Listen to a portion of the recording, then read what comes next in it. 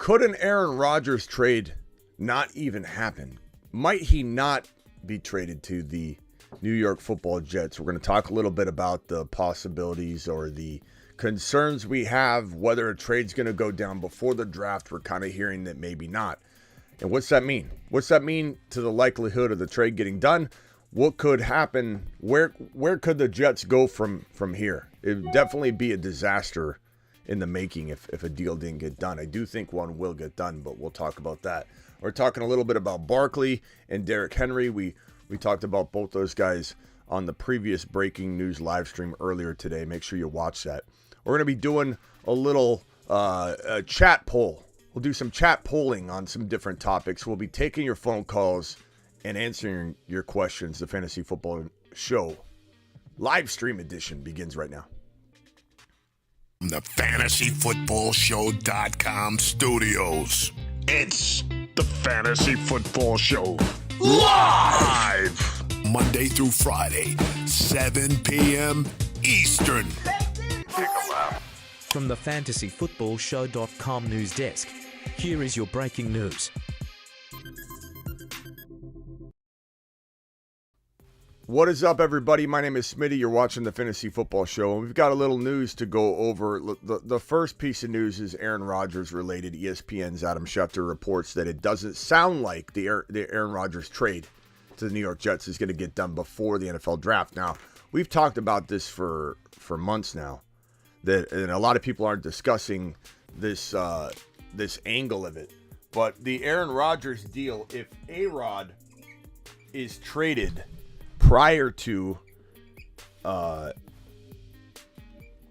before June 1, the amount of money, markers are almost out again, the amount of money that the Packers will have to take on in terms of dead cap would be, I believe, 40.3 mil. If it's before June 1. But if it's after, then they break it up into, I think, 15 point something million. And that's in 2023. And then 24.5 million in 2024. So that's what we're talking about here. Do they want to divide this up into 15 mil or 24.5? The Packers, if they trade them after June 1. If they trade them before June 1, they're taking this thing up front, lump sum. That's part of what isn't being talked about that is actually, in play here as far as like the complexity of this trade. Also, there's the compensation. There's also the fact that the Green Bay Packers want the world, and they have a little leverage, of course, but Aaron Rodgers ultimately has the most leverage. Anybody that says that there isn't leverage on all sides of this is misinformed. The Packers have leverage. The Jets have leverage. The Packers probably have more leverage, but at the same time, they can't afford to keep Aaron Rodgers, so how far can they push this thing? Aaron Rodgers might walk away, which wouldn't be the end of the world for the Packers, but at the same time, they want draft capital because draft capital is important. They're almost buying draft capital in a way, right? And that's important for this team to build around Jordan Love. So getting something for Aaron Rodgers is pretty important to them. Aaron Rodgers said, I want to go to the Jets. He's going to the Jets. He has a lot of leverage here. But at some point, we don't know what point that is. Something's going to give. But the Jets don't have many options unless they want to say, you know what, we're done with this. We're going to send an offer sheet out to Lamar Jackson. That could happen. It's not out of the realm of possibility. Probably won't happen. We've heard from the Packers side of things that this is, in place. It's going to get done. We've heard that the only hang-up is compensation. If the Jets have A-Rod retiring after one season, they want something in return, whether it's a 2025 third rounder or fourth rounder, whatever the case may be. The hang-up, the thought is the hang-up might be in the compensation if A-Rod walks away after one season. There's also rumblings about the Green Bay Packers wanting a 24 first rounder in addition to, a second in 2023. We don't know what's really legit or inside this package that everybody seems to, run their mouth about. We really don't know. People can speculate all they want, but the Packers are certainly, in my opinion, not going to get, if they have any, fantasies about getting this number 15 overall. I'm sorry, this 13 overall pick. I highly doubt that's in the conversation whatsoever. Could there be some sort of conditional 2024 first rounder? Maybe that will end up getting negotiated in based on the performance of Aaron Rodgers and how far the Jets go with him under center. But we'll know more. The reason I think this deal, like I said, has a stronger chance of getting done after the draft is because of this money that we broke down here. The fact that it could be 15 mil and 24.5 mil spread out over multiple years instead of taking a 40.3 mil hit up front if Aaron Rodgers is traded before June 1. So, that's that. Grant, I agree with your premise. What's Grant saying? I'm trying to pull some of your questions in here. Bears are still trash. Still don't see how they're a QB will be any good. Grant, I welcome you to dial into the phone line. I welcome you, Grant, to dial into the phone line. If you believe that Fields is not good, if you believe that the Bears can't even make a run at the division, I'd love for you to call in. I would love to hear your anti-Fields rhetoric, because Fields is going to the moon, pal. Fields is going to be an absolute gem. He already is a gem, but he's going to be an absolute gem. This is not coming from a Bears fan. This is not coming from a Fields fan. This is coming from an objective lens that says that Fields is an absolute Fields general, bro. An absolute Fields general. This guy, Justin Fields, is climbing into the number 4 quarterback spot. The number 4 quarterback spot. That's fire. You're live. Go ahead. Try and convince me of your Fields rhetoric yet again, bro, because I can tell you right now, you've got no ammunition. Okay, so I'm going to break down Please. one statistic that I think backs up my argument more than any other one. Go. And that is interception to pass attempt ratios for quarterbacks that are listed in the top 5. All right, so Mahomes is the lowest at a 1.9. Burrow is at a 2.0. Hurts, 2.1. Josh Allen, 2.5. And Justin Fields is at a 3.5. Assuming that Justin Fields' pass attempts increase next year, which they will, Fields is going to continue to turn the ball over more. The Bears had a -6 turnover differential this season, and I could see that amplifying if he's running less in that offense next year. So that's my Fields argument against him. I broke down the numbers. I also looked at 2021 Jalen Hurts, which is, I thought, a bad comparison. I still think it's a bad comparison. It's a great comparison. It's a fantastic it's a bad comparison. One, because if you look at the ratio I broke down, which is interception to pass attempt, 2021 Jalen Hurts was at a 2.1. 2022 Justin Fields, and this is Hurts without AJ Brown. I got you, bro. 2022 Justin Fields I got you. is at a 3.5. Let me tell you why I still don't understand why you're talking about these numbers. You are talking about numbers that have no correlation to anything that's about to happen. Fields didn't have wide receivers. The wide receivers he had weren't even good. His bad ones were injured, bro. Fields' bad wide receivers were injured, and you're still using that data.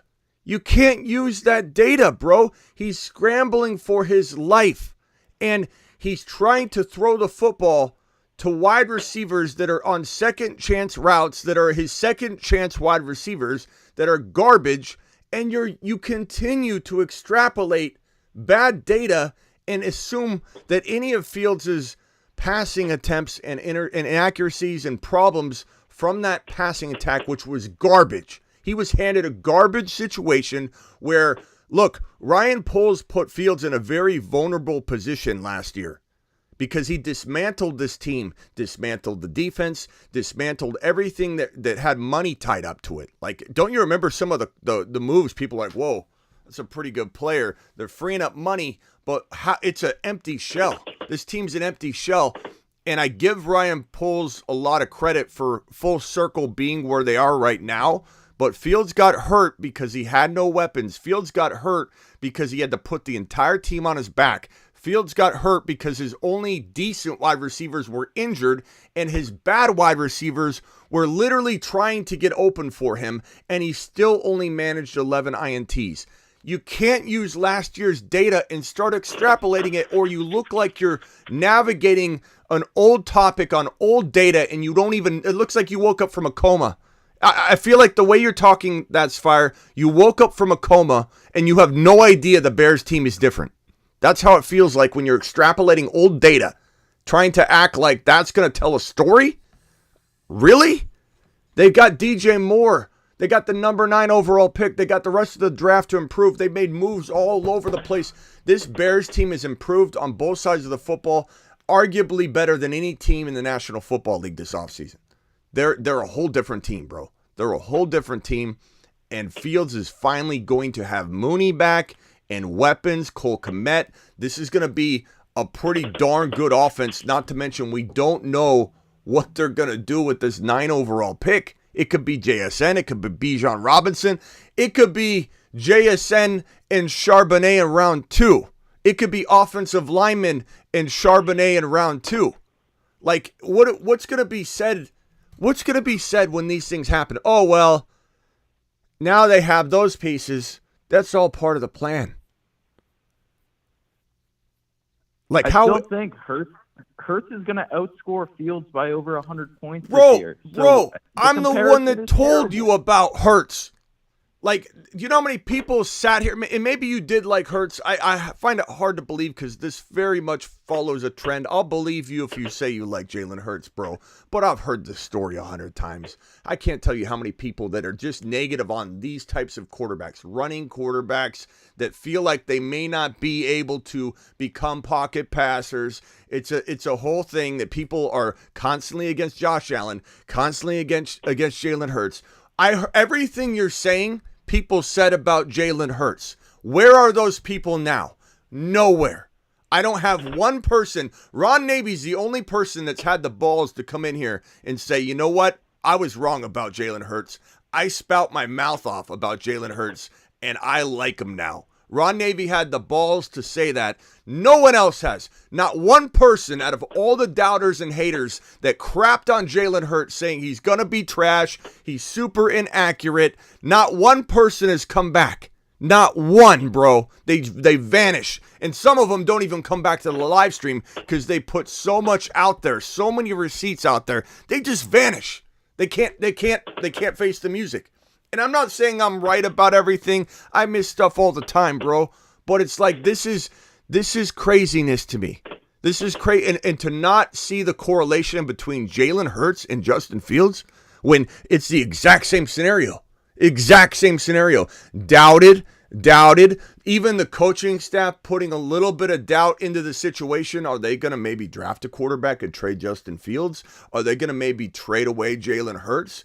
It's exactly the same, bro. Inaccurate. Doesn't have wide receivers. Bringing A.J. Brown. His last chance. He better prove it now.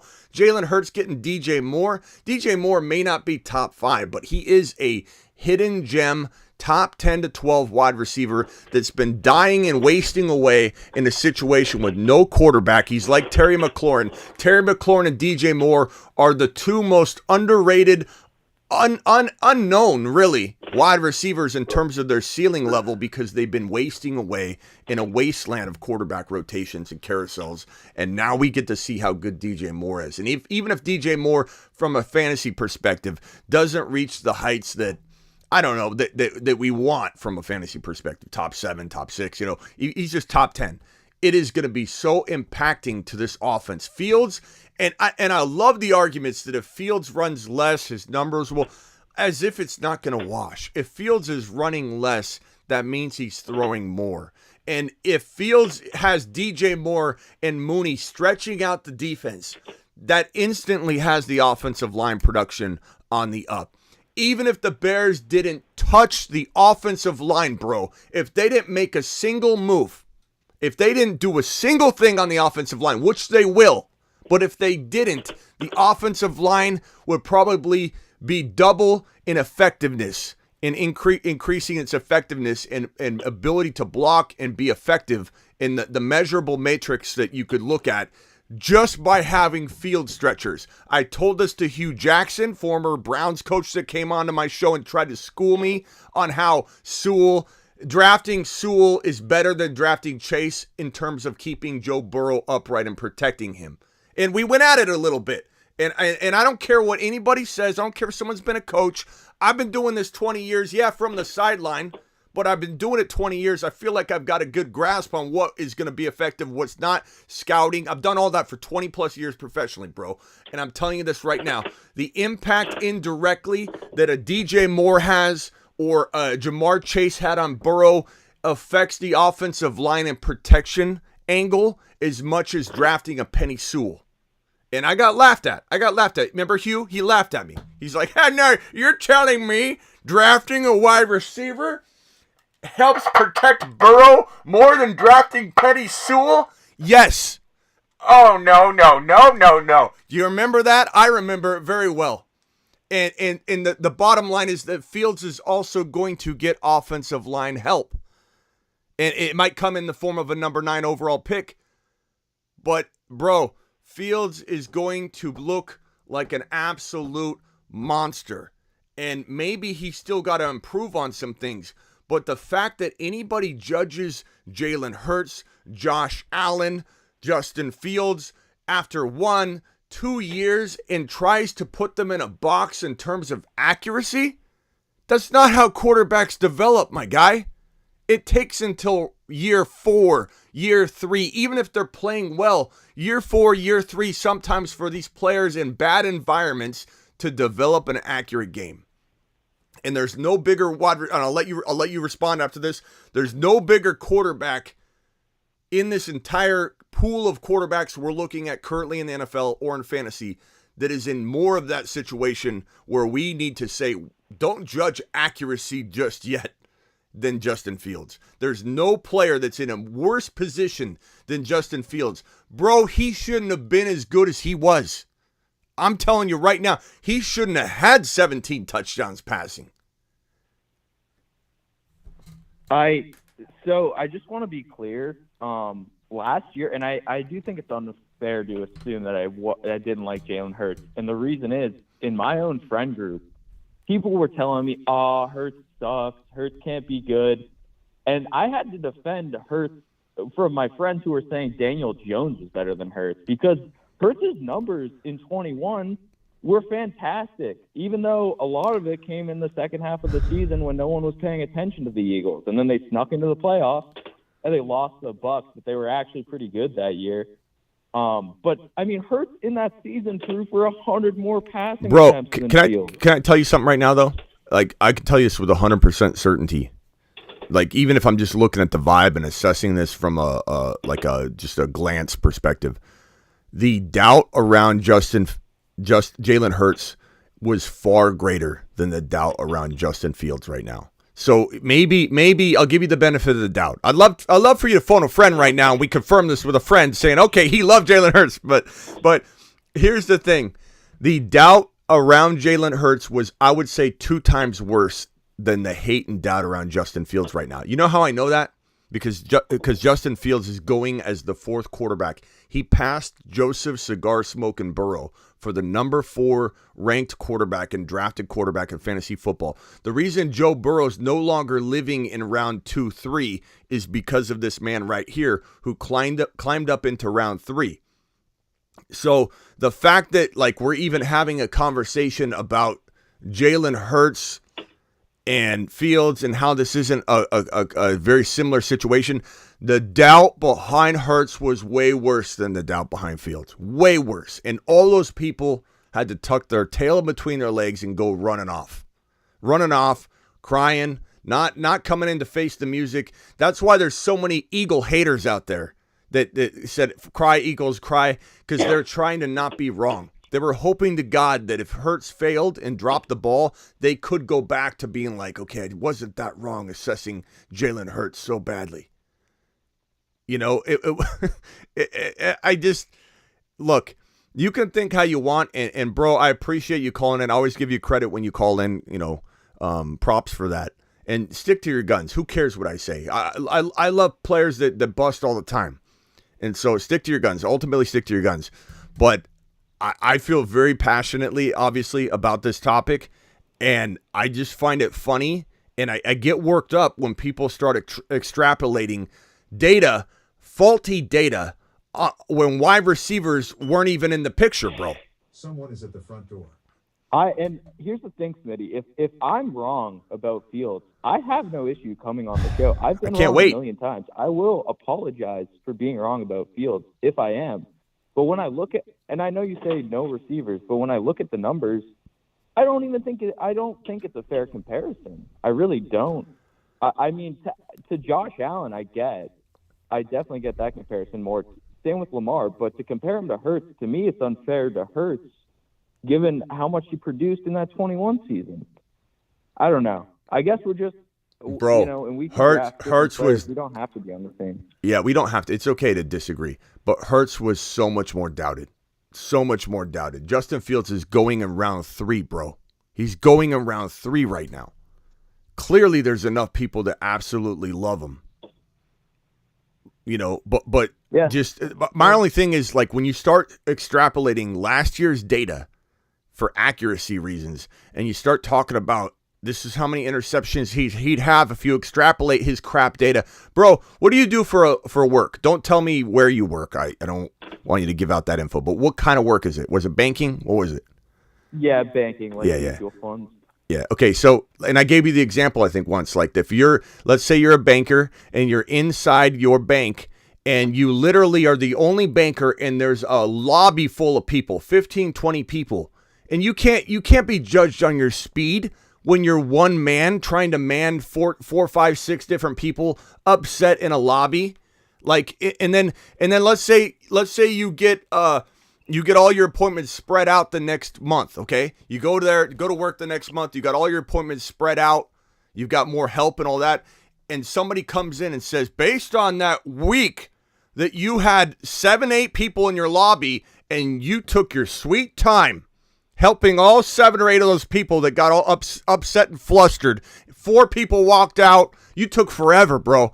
Is it fair to come in and start extrapolating that data to project how you're going to help clients and the speed and efficiency of your work the next month when you're supported properly?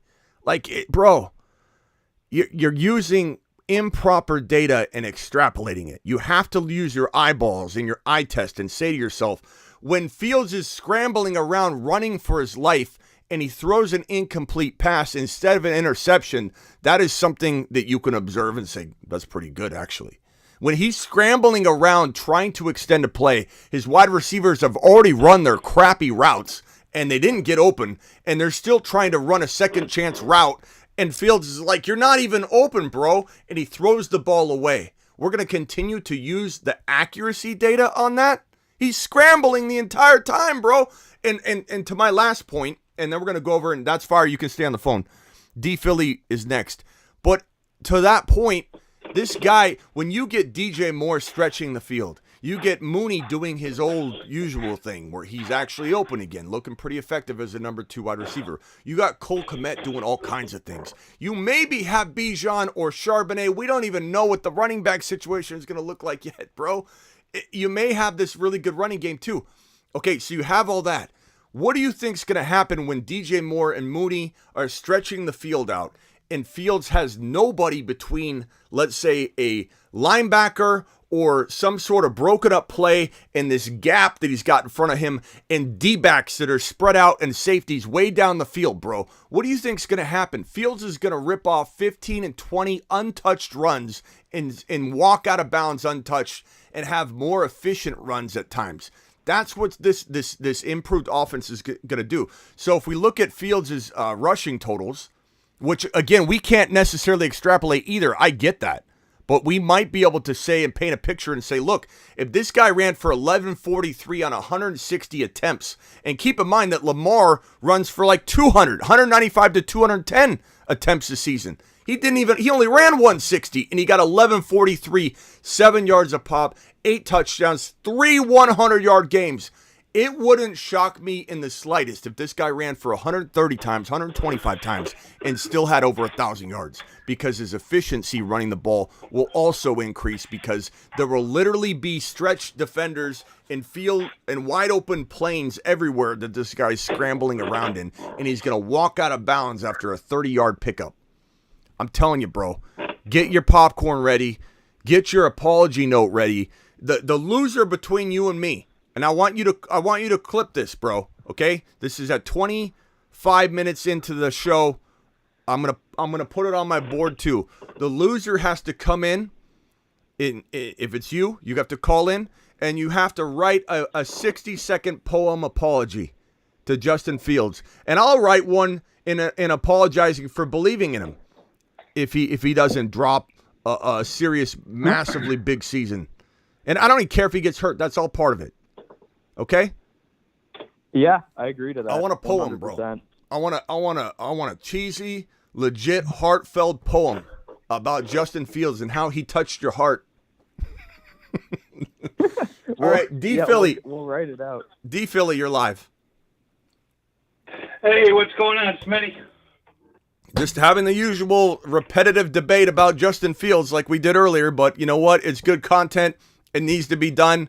People are using old data like our boy who I do enjoy. That's Fire. He's a good dude. He super chats. He's really a part of the community.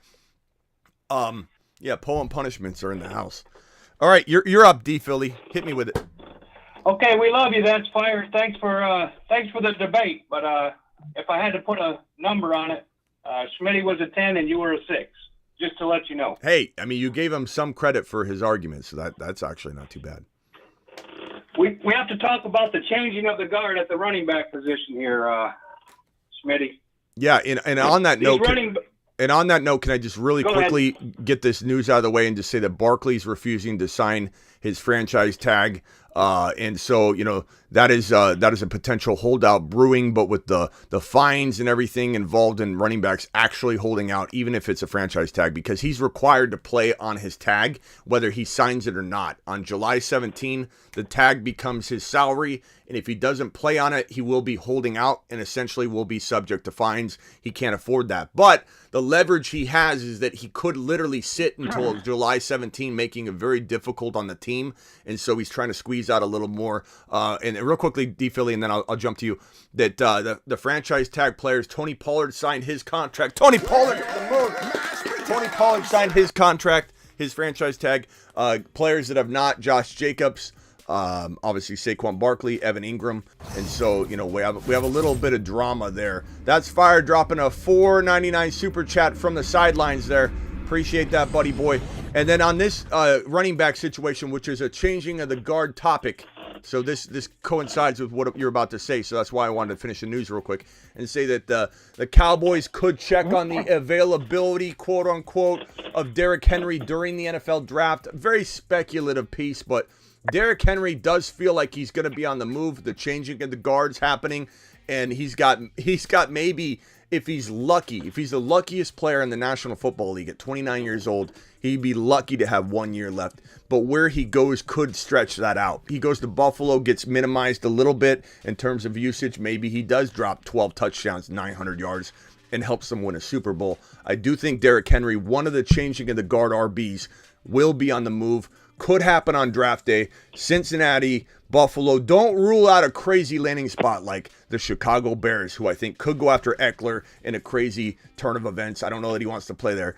But you've got Dalvin Cook, you've got Derrick Henry, you've got Austin Eckler, and maybe one or two other backs that could be potentially moved on draft day or before. And the Bengals, the Buffalo Bills, the Philadelphia Eagles, and the Chicago Bears are all, in my opinion, players to make such a bold statement at the RB position. D Philly, go ahead and hit me with the changing of the guard question at RB.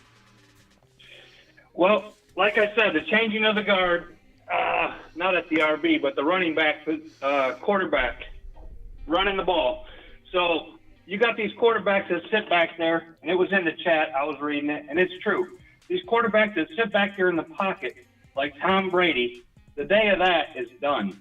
I mean, these rushers are so, the defensive ends, the linebackers are coming. You got safeties cheating. You got everybody coming after them quarterbacks. The Kirk Cousins days are over, bud. I mean, he can sit back there. He has no scrambling ability. He chokes in the big games. And I don't know who the Kirk Cousins fan is. I know there was one of them that kept calling in saying he loves Kirk Cousins, and I can't believe that. But I hate him. He's a Michigan State Spartan, and I'm a go blue, baby. So anyway, the days of sitting back there and just waiting and waiting and waiting for your wide receivers to do something. And I guess Kirk Cousins is a bad, that's a bad comparison because he's got JJ and he's always open when he's not open.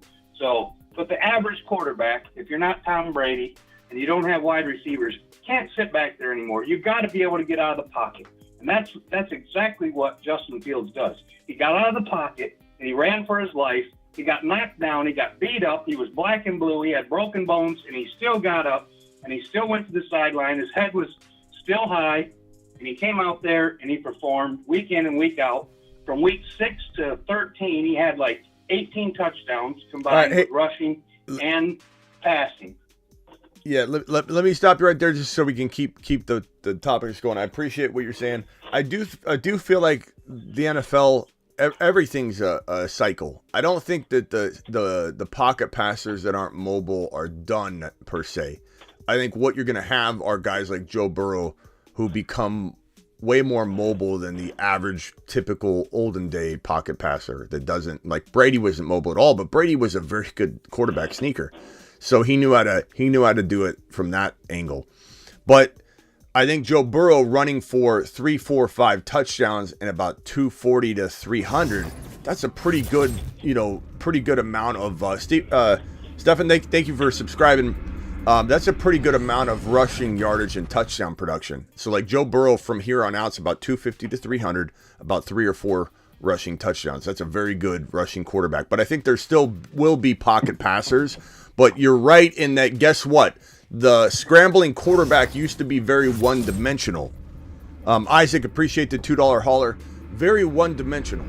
You were either really good at running or you're really good at throwing. And if you're one or the other, you lacked a little bit at the other. You couldn't be a superhero and be a legit Jalen Hurts, 1,000-yard running quarterback and potentially a 4,000-yard passer, which Jalen Hurts will eventually drop a 4,000 and 1,000 season. He will. And so, Michael Vick was the one that brought this whole thing on. Remember, Michael Vick used to scramble, but he could still throw that left-handed bullet down the field for 40 yards and hit Deshaun Jackson on the slide. Yeah, but I agree with you that the quarterbacks that now run coming into the league will be better and better and better at pocket passing. So eventually you're going to have more of the quarterback position consumed by guys that can do it all versus guys that could do one or the other. So I agree with you there. We'll always have a cycle of pocket passers that are good scramblers like Brock Purdy and Joe Burrow. They're not slums in terms of running the football. Like they're very good runners. They're just not everybody's going to be Jalen Hurts or whatever. They're going to be 300-400 yard rushing quarterbacks. But yeah, scrambling is going to be kind of a part of the resume. And at the end of the day, if you've got quarterbacks watching Mahomes, watching Jalen Hurts at a very young Pop Warner age, you're going to have people training differently. You're going to have people rising up differently. And so the positions, like look at the tight end position, for example. It takes years to resonate. But the tight end position used to be boring. Now the tight end position is becoming an exciting position. Kyle Pitts. You've got Jelani Woods, who's 6'7". You've got this guy, Darnell Washington, coming out of college, who I think could be a monster, especially if he goes somewhere like... What's he, 6'8"? 6'7". If he goes to the Chargers, he's going to be a monster there. So you got these, and Kincaid's very aggressive. He's a potential Travis Kelce, a lot of people say. Like this position has evolved over time because kids watch it and say, God, that's exciting. I want to be a tight end now. I don't want to necessarily that's not a boring position anymore. So kids start training younger. Basketball players come over and start playing the tight end position and kind of revolutionize the position. It's a constant of evolution. And so, like, the quarterback position definitely is evolving. And at the end of the day, if a very athletically inclined player that's able to run the ball starts throwing the football at a young age, more times than not, that quarterback, once he rises up and becomes a college player, is going to just have better skills all around. So, yeah, eventually the position will morph into a more of a everybody can run a little bit type of position. But, I mean, Fields, it's crazy that he's already being held in a box in terms of his accuracy. This is who he is. He's not going to get any more accurate. I just don't understand it because we heard the same thing about Hurts. And to That's Fire's point of saying that they were different, he had a good statistical line. The inaccuracy claims about Jalen Hurts and the claims that he would never be accurate were far more harsh and cemented into place than the Fields inaccuracy comments. There were more people doubting that Hurts would ever be an accurate quarterback or good at pocket passing, and he was just good at scrambling. The doubt was so much heavier walking into last season on Jalen Hurts than it is for Fields. A lot of people believe in Fields, but there are a lot of haters too. My only counter to that is those people did not look at the statistics. I'm just going to be honest. Those people didn't look at Jalen Hurts' season and accurately assess it. That's just the fact of the situation. You can't accurately assess Jalen Fields' potential for accuracy based off last year. You just can't. You can look at data, but it's not good data to look at. It's faulty data. It's like you're looking at the half of the picture. You got to be able to adjust and use your eye test and say, look, you can't judge this man on scrambling around, running for his life, playing injured, and trying to throw to who? Nobody. You just can't look at it. You can't extrapolate accuracy data. You have to throw that data out. Just like you couldn't necessarily extrapolate some of the negatives that people had for Jalen Hurts' accuracy problems. Guy's never going to be accurate when he didn't have the support. Trey Lance. Yeah, 'cause I remember you can't judge Trey Lance yet because of one game during the week one where there was a mud bowl and monsoon, and then he broke his ankle like 3 or 4 receptions into week 2, and his game before that was the Houston Texans where he played great. You can't extrapolate anything from that, good or bad, but definitely not bad. Because I remember this. Go ahead. I remember the Sheep in the middle of the season in 2021 talking just mad crap about Jalen Hurts. About he's not the man. I don't think he's got it in him. Da-da-da-da-da. They were just so down on Jalen Hurts. I mean, I think the Eagles were thinking about drafting a quarterback. Yeah, the doubt was so much more heavy on Jalen Hurts, and nobody remembers it. It's kind of a frustrating part about my business. Like I talk about when I was, about 5 years into my being a professional fantasy football analyst. Adrian Peterson came into the league. Everybody and their mother pretended that they didn't doubt that guy. He was 50%. The doubt about these two guys that we're talking about, even though it's a different position, was equal in terms of how many people how many analysts crapped on Adrian Peterson. And back then in 2007, 8, whatever year that was, I think it was 2007. There was a fraction of the fantasy football analysts and people in the business creating content. There was like 100. There was like 100 people out there creating professional content. So it was crazy, the doubt behind it, because there was a movement of you got to avoid Adrian Peterson in redraft. I wouldn't take him in the second round, and I'm sitting here going, he's a top 5 overall player in redraft. He's a top 5 overall player in redraft as a rookie, and you can steal him away in round 2. And people were so ridiculous on Adrian Peterson, and I feel very, very similar that there's going to be a lot of people that don't look at the big picture on Fields, and they're just going to vanish. They're going to pretend they never said it. I believe that That's Fire will definitely man up, and I'll man up too if he fails, bro. But I don't think it's possible. I can't even.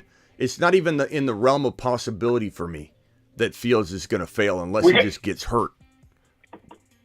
We got to identify what That's Fire is talking about failure, though. His looking at it might be different than you. I'll let the chat decide that. I'll let the chat. I don't need to define that. Well, the chat will be like, "Look, you absolutely bald. What are you talking about, bro?"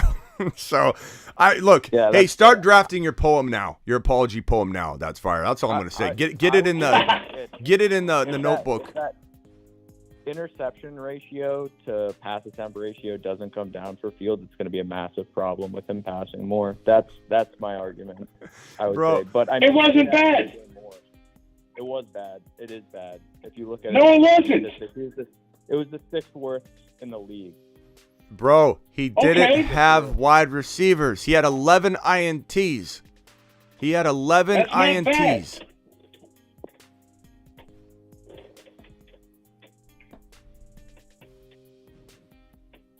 I don't know. I mean, that's really all I have on it. If you want to get back to the main topics of today. Yeah. What's up with Aaron Rodgers, by the way?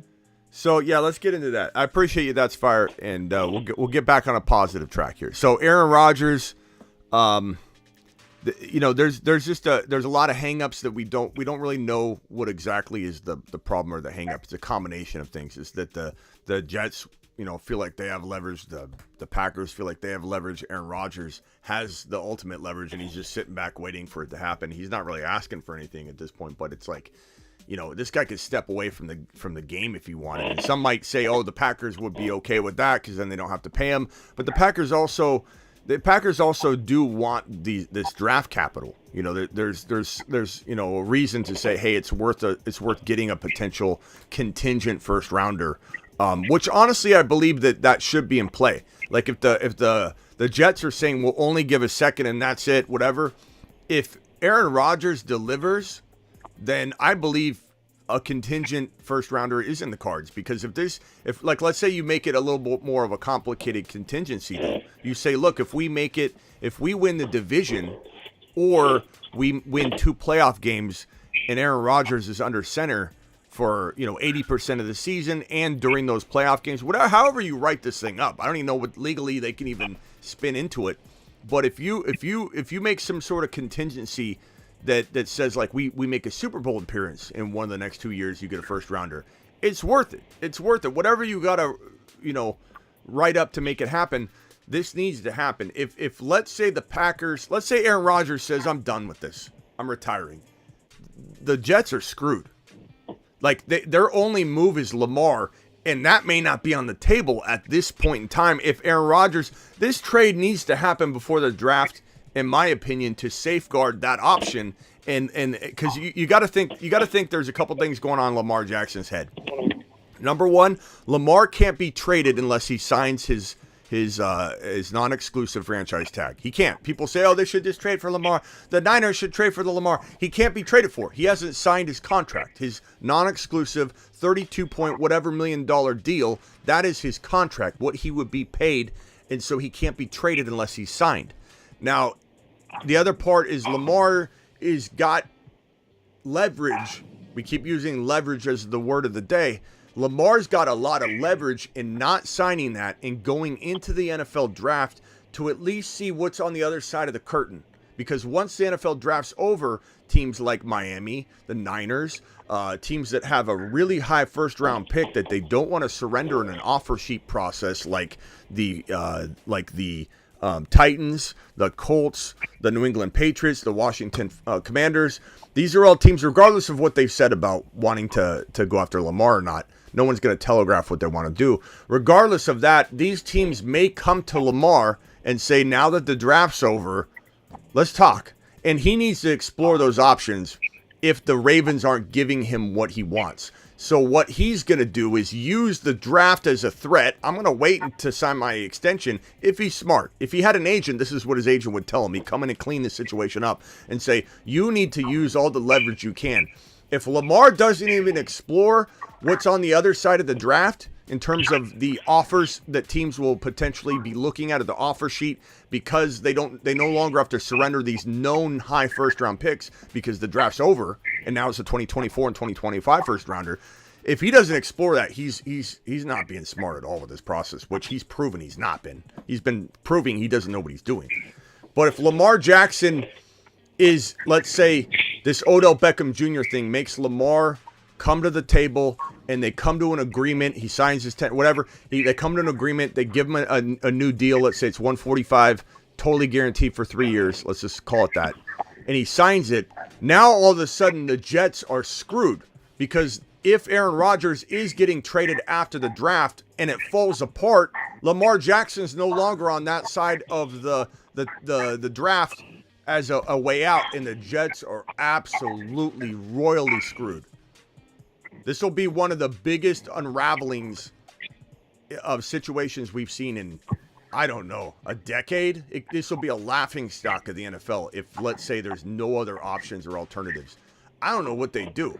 I honestly don't know what they do. I feel like Trey Lance would be like the only option. Like they'd have to literally go to the Niners and go, what do we have to give you? please trade Trey Lance to us for a first rounder and 2 seconds. Like, we'll overpay whatever we got to do, which would be an interesting move. But I'm just saying that this Aaron Rodgers thing, it could get crazy, but it probably won't. He's probably going to be There's an interesting thing that nobody considers anymore, Smitty. 2 years ago, and coming off late 2020 is COVID. And all that insanity that went on, a lot of these kids, Jalen Hurts, your Tuas, a lot of these players, they basically lost a year. You know, they weren't able to go into the facilities. They weren't able to do this and that. And, I think that can be forgotten about, to where it kind of stunts a lot of these players a little bit, especially at the quarterback position. And I still don't know this year, coming in, the Jalen Hurts and, like say, Tuas and stuff, I don't know what they're capable of. This is only going to be really their second year. They lost one. Yeah, I agree with you, and you gotta consider that as well. Cameron, thank you for subscribing to the channel. Guys, subscribe if you're new. Hit the thumb up button on your way in the door. Yeah, as for Fields, I mean, again, we'll see. I think my eye test is more important to me than any statistical data. But a lot of people will say things like, Smitty, I know you're not a data guy, but I'm totally a data guy. Like, I think I get mischaracterized as a non-data guy just because I let my gut instinct drive a lot of the angles and perspectives that I have. But it's also backed up hardcore by data that makes my gut instinct feel correct and why I go with it. So, like, I understand some people like That's Far want to use data that they feel tells a certain story, just like we're going to use data that tells a certain story. And you could say, oh, you're looking at it wrong, I'm looking at it wrong. The bottom line is nobody really knows who's looking at it wrong, and we just have to make our best assessment. But I look at the scrambling that he had to do and only 11 INTs, and I said, hold on, I got a spider in here, I got to smash it. That's amazing. Yeah, I got a spider, I got him. Hey, I feel like this is how I look at it. I know That's Fire looks at the interception to completion ratio or whatever data he was looking at that he said that he didn't like, and he thinks he can extrapolate that. The way I look at with my eye test and data together on one specific thing that tells me a story that I believe in to my core is that when you're scrambling and running for your life without good wide receivers and you only have 11 INTs, that tells me you're throwing the ball away, which is going to account for bad accuracy, but you can't blame a quarterback. And That's Fire. I know for a fact you haven't watched every toss and accounted for how many times he threw it away because no one was open. And you're using that in your data to say he's inaccurate, look at the accuracy stats and all that. The fact that he's literally running for his life and is like, good God, I have no one open, throws it away. And the fact that he only has 11 INTs, that tells a really important story. That this guy's scrambling for his life, running for 1,100 yards and has 11 INTs. That is a really incredible stat. Yeah, no, I get what you're saying. It concerns me that it's on a 318 passing attempts. I do want to get back to the Jets, though. The point I want to make is if this deal does get done, I think it's great for the Jets because that defense is amazing. And in spite of Zach Wilson, who is an absolute draft bust, like, oh my God, that guy's terrible. That team went what was it, 8-9? Real quickly, could everybody mute? But that's fire because I got something in the background. It sounds like someone's at a machine shop or something. And it's like, go ahead, that's fire. Yeah, so I like the Jets. The Jets do need to get this deal done. And honestly, I think the Packers need to get it done too because they both do. I don't think Rodgers wants to go to San Francisco, given that quarterback room is a mess. Is going to be Lance, Darnold at the beginning, and then what happens when Purdy gets healthy. So Rodgers would be in a massively uncomfortable position, just like he is in Green Bay, where they want to start Love. But, and bro, you're speaking to that too, and I don't blame you because it's a fun conversation to have. But you're speaking to that as if Rodgers would even contemplate going to San Francisco in that situation because he said, "I want to play for the New York Jets," and he's such an odd bird, bro, that I have a feeling that if you talk to him, and maybe he's gonna tell us San Francisco could be an option if this fell through, if he was like having a candid conversation. But my guess is that if you talk to Aaron Rodgers and he was being honest with you, that dude's so nonchalant. He doesn't care about anything. He's not in a rush for anything. A normal human being would have been worried about Derek Carr taking your job where you want to go because Derek Carr was released from the Raiders. He had an edge on everybody because Derek Carr could have signed a contract that minute that he was released, whereas Aaron Rodgers, all these other trades couldn't happen. And so he didn't care. If you or I were like, okay, I probably want to go to the Jets, we'd be rushed. We'd be like, okay, Derek Carr could take that Jets job. That's the only one I want. I'm in. He didn't care. This guy's like, I'm going on a little darkness retreat. And I love Aaron Rodgers. I'm just saying he doesn't care. And I think if you had a candid conversation with them about the Niners, he'd go, what are you talking about?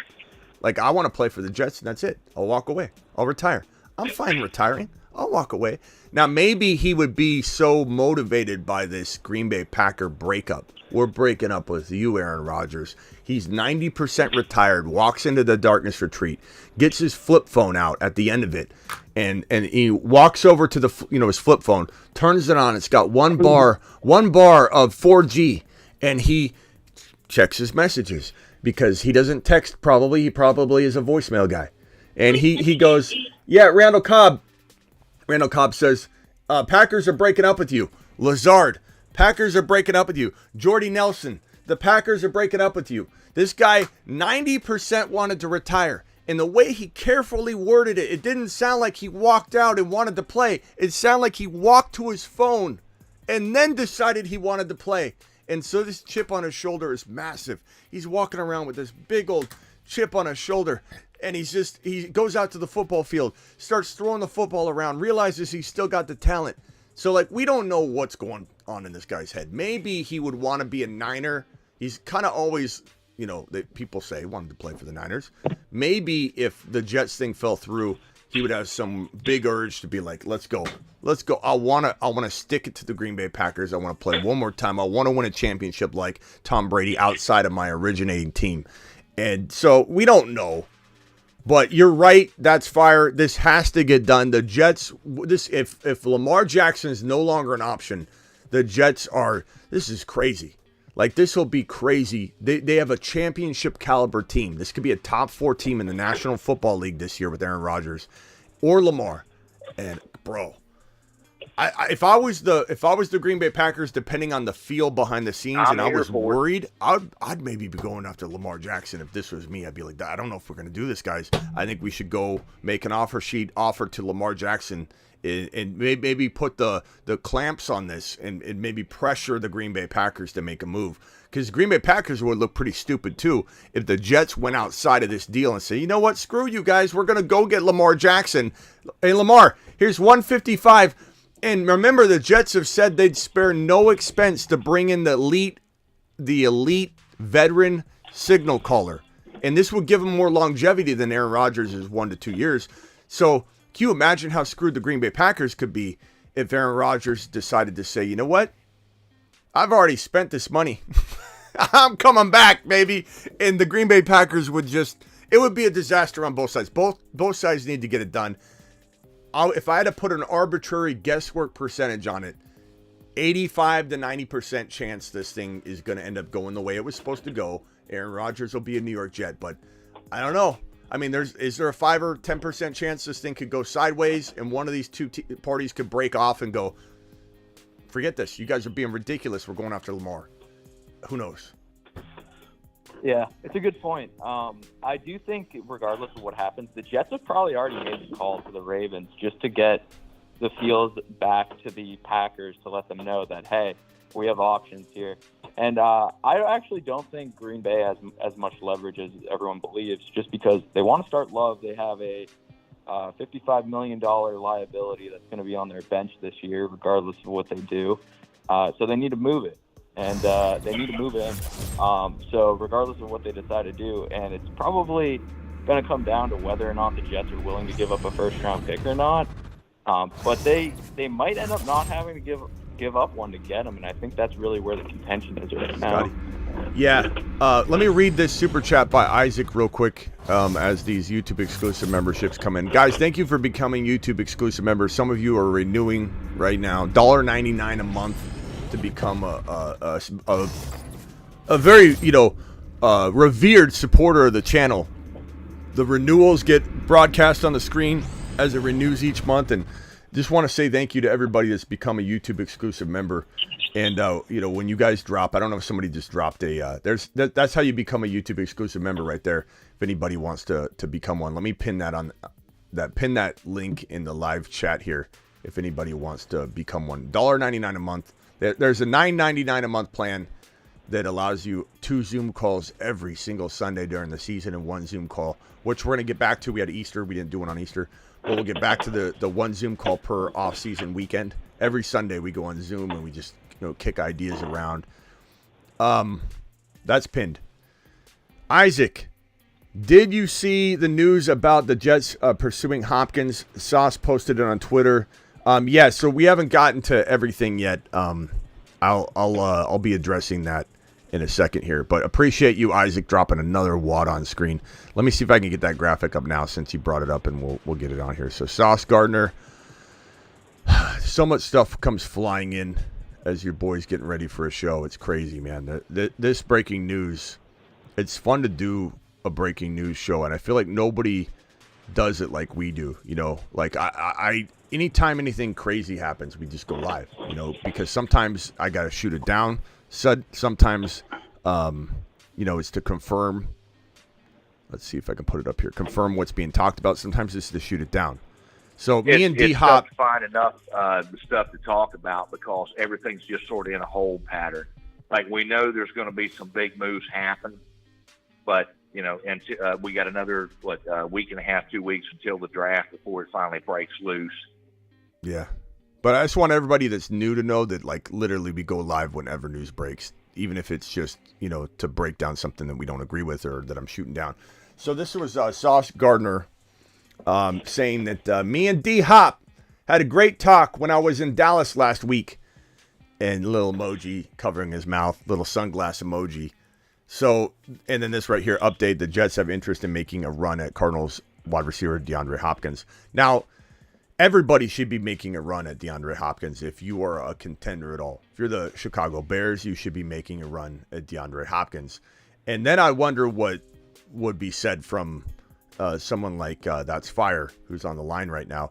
If they got D-Hop and they drafted an offensive lineman and they draft Charbonnet in round 2, which is all on the table because the Bears are building a monopoly in the division right now. This team is going to win the division. I believe it's going to be a dogfight with the Lions. I truly believe the Lions will put up a massive fight. The loser will get a wild card spot, and they're going to have a phenomenal season, both of them. But I just think that the Chicago Bears are proving that they're going for it all right now. Right now, not next year. And they're not building slowly. They're going for it all. They're literally surrounding Fields with so much upgrades.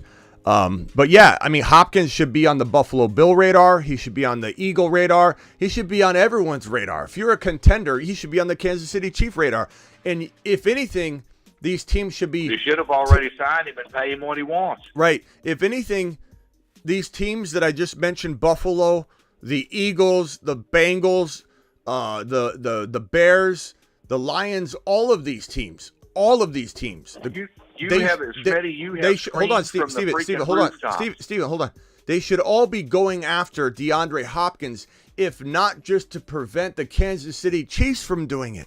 Can you imagine if the Chiefs get their hands on DeAndre Hopkins and all these teams that were like, we don't know that we need him and we want to pay him that much. You better play defense against this move, because if the Chiefs get him, all this trying to get leveled up on where the Chiefs are and to get like an edge is going to go out the window. Because if the Chiefs get DeAndre Hopkins, there's no catching them. You know, at least for the year or so that Hopkins has left in the tank. So defensively, teams need to grab Hopkins, not just from an offensive. That when Tyreek Hill left, it's like now we're going to see him come back to back to earth just a little bit.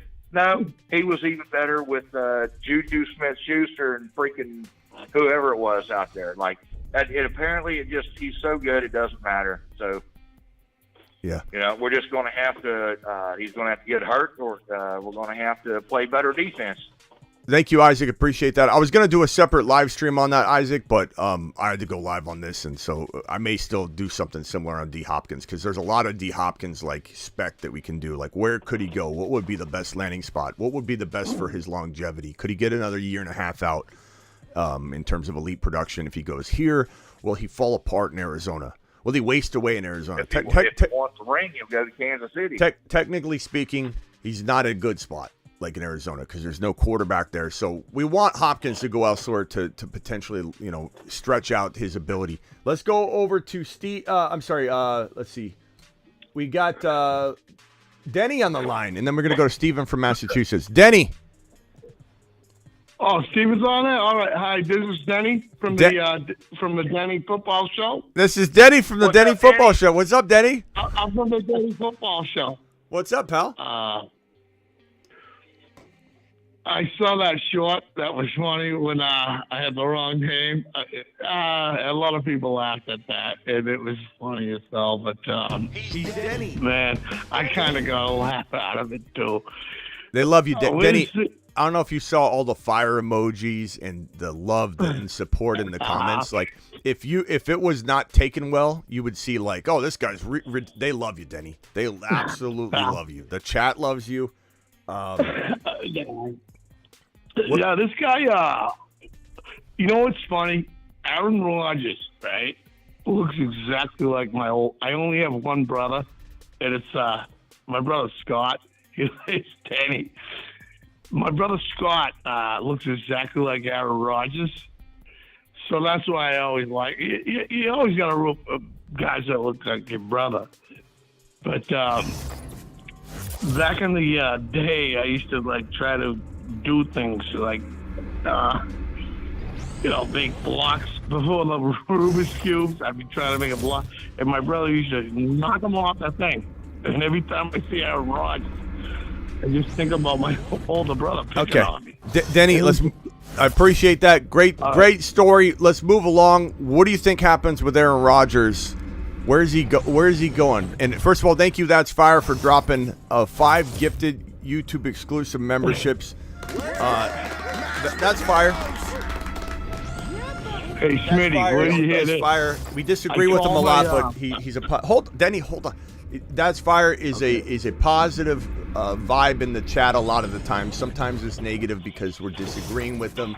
But we need a certain amount of we don't just need yes men in the chat, but it's all about respect. And That's Fire is respectful. When he gets on the phone, he's respectful. Even when I'm yelling and screaming. Now, granted, I feel like I should be given a little bit more leeway on my aggressiveness on a topic because it's my show. He's going off. I'm sorry. Did you need to say something, Denny? I didn't mean to interrupt the Denny Football Show here. Listening. Okay. I just said Denny Football Show because the time that kid said Bill Football Show and it made you laugh. Yeah. So I wanted to say Denny Football Show. Let's move on to appreciate you, Denny. Let's move on to Steven from Massachusetts. What's up, Steven? Stevie. What's going on? What's up, pal? What's up, Steve? I got a question for you, man. Did you see the news on Jahmyr Gibbs. He's getting a workout from Tampa Bay Buccaneers.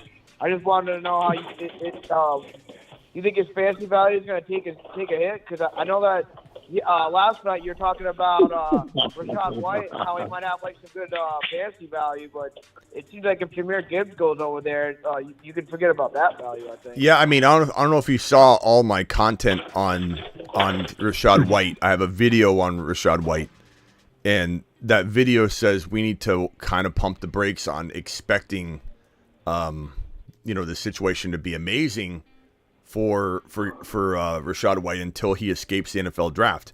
So my video on that explains that whole risk factor to it. And so two things here. What is Denny doing? I think he's pretending to be asleep. Denny. We need you to be quiet for a second, Denny. I'm trying to run a show here. This is not the Denny football show. Like in your show, maybe this stuff happens, but on my show, we need a little bit of organization. Okay, so hold on, Denny. Denny show. All right, sorry. I'm so sorry, but I can't stop laughing. Okay, so two things here to answer Stephen from Massachusetts his question. If Gibbs goes to Tampa Bay, both Watson and Gibbs take a huge hit because, like we said, we need Rachaad White to escape the NFL draft. We need Rachaad White to be the lone starter. We need Rachaad White to be the main guy no matter who they bring in. And they've said they want him to be a 3-down back. Now, interviewing, talking to players that are all potentially in the first round, that's commonplace. I'm not too worried about this. Not to mention, if he went there, I wouldn't love Gibbs there. He doesn't have the quarterback support to, I think, fully maximize his potential as a pass catcher. Not to mention him and Rachaad White are very similar players, and why would you draft that? You draft a Charbonnet before you draft a Gibbs. But this is due diligence. There's nothing wrong with all 32 teams looking at every one of these first-round players. So I'm going to take it with a grain of salt, but I will say that Rachaad White does have a risk factor that needs to be considered when you're drafting him pre-NFL draft because his parade could be completely rained on. But Gibbs, we don't want Gibbs in Tampa Bay. That's not a good spot for him, even if Rachaad White was, let's say, traded. I don't. It's not horrible, but I'd rather have Gibbs, who's more of an Alvin Kamara. He's more of a receiving. He's more of a receiving back than he really is a running back, whereas I think Rachaad White is kind of a mix between the two and can function on either side of that. I think Gibbs is just a little bit smaller, and you want him in the perfect spot. He's got to be in the perfect spot. Philly could be pretty good. Cincinnati would be amazing. I'm hoping that the Bengals replace Mixon with Jahmyr Gibbs. That would be the most phenomenal landing spot. I think if the Eagles That'd be awesome. they would let Bichon, don't draft Bichon at 10 and pick Gibbs up later. I think that would be the best move for them. Everybody's got Robinson pegged with him at 10. That's too high. Yeah. I can go to somebody else. Isaac has a good question. There's a ton of good running backs in this draft. Yeah, so Isaac Super Chat is, if Charbonnet goes to the Bears, how does this affect Khalil Herbert's ADP? The thing is, Khalil Herbert's not even a factor right now. And it's unfortunate because we love Khalil Herbert, but he's looked at as the number 2 running back anyway. So I think the question would be, how does it affect the entire running back room? If Charbonnet's drafted, Charbonnet is starting. To hold off Charbonnet, that's an impossible task. If Charbonnet went to the Falcons, say goodbye to Tyler Algier. Charbonnet is the toughest running back in the National Football League to tackle the moment he steps on the field. What are you doing, Denny? Denny's got to get hung up. Four meatloafs. Four meatloafs. Me and Schmidt. All right, Denny, you're in what we call a dangerous territory where if 2 more thumbs down happen, you get put in a timeout of 10 minutes. Don't do me like that. All right, Denny, I'm not in control. I'm not in control of it. It's up to the audience. No, the audience. No. You're in control. Don't act like you're not in control, man. Because if I get a snot on my nose and then I find out, You're the one that tells me I had a snot on my nose. I know. And then I look and I go, who the hell did I just talk to? Denny. And then I go, Denny, just be careful. 2 more thumbs down, and the chat disconnects you. I'm not in control of this. This is a chat-driven feature. Denny is. Okay. Okay. All right, Smitty. My bad. Hang tight, Denny. Relax a little bit. Oh, Denny, we got 3, 4 thumbs. Ooh. Denny, we got 4 thumbs down. You're in timeout. Finish him. Call terminated. Sorry, Danny. Oh, it got a lot quieter. Where'd Danny go? All right, so Denny's in timeout for 10 minutes. Let me put it up on screen. Denny can return after 10 minutes. He's right here. All right. Let's go over to Steven. Did you have from Massachusetts? You have a follow-up on that Gibbs topic? Yeah, just well, I think some of it like you're covering it because one of the main things is like I know like we were talking about it is it's just like the fantasy value because I mean it seems like both guys it might be tough like trying to figure out like what they're gonna do because I know if they want to be like a Todd Bowles is saying that they want to be like a pass first offense, but I feel like if they have like both guys, it might be just like one of those like frustrating situations where they might eat into like each other's like workloads and stuff. Look, the way that the running back draft capital situation is in the NFL now, Gibbs could get ruined by a situation. Charbonnet could get ruined by a situation. Sean Tucker, Kendre Miller, all these guys that we like as running back prospects could literally fall into horrible situations because of the cost of entry being so low on the RB at that stage in the valuation process.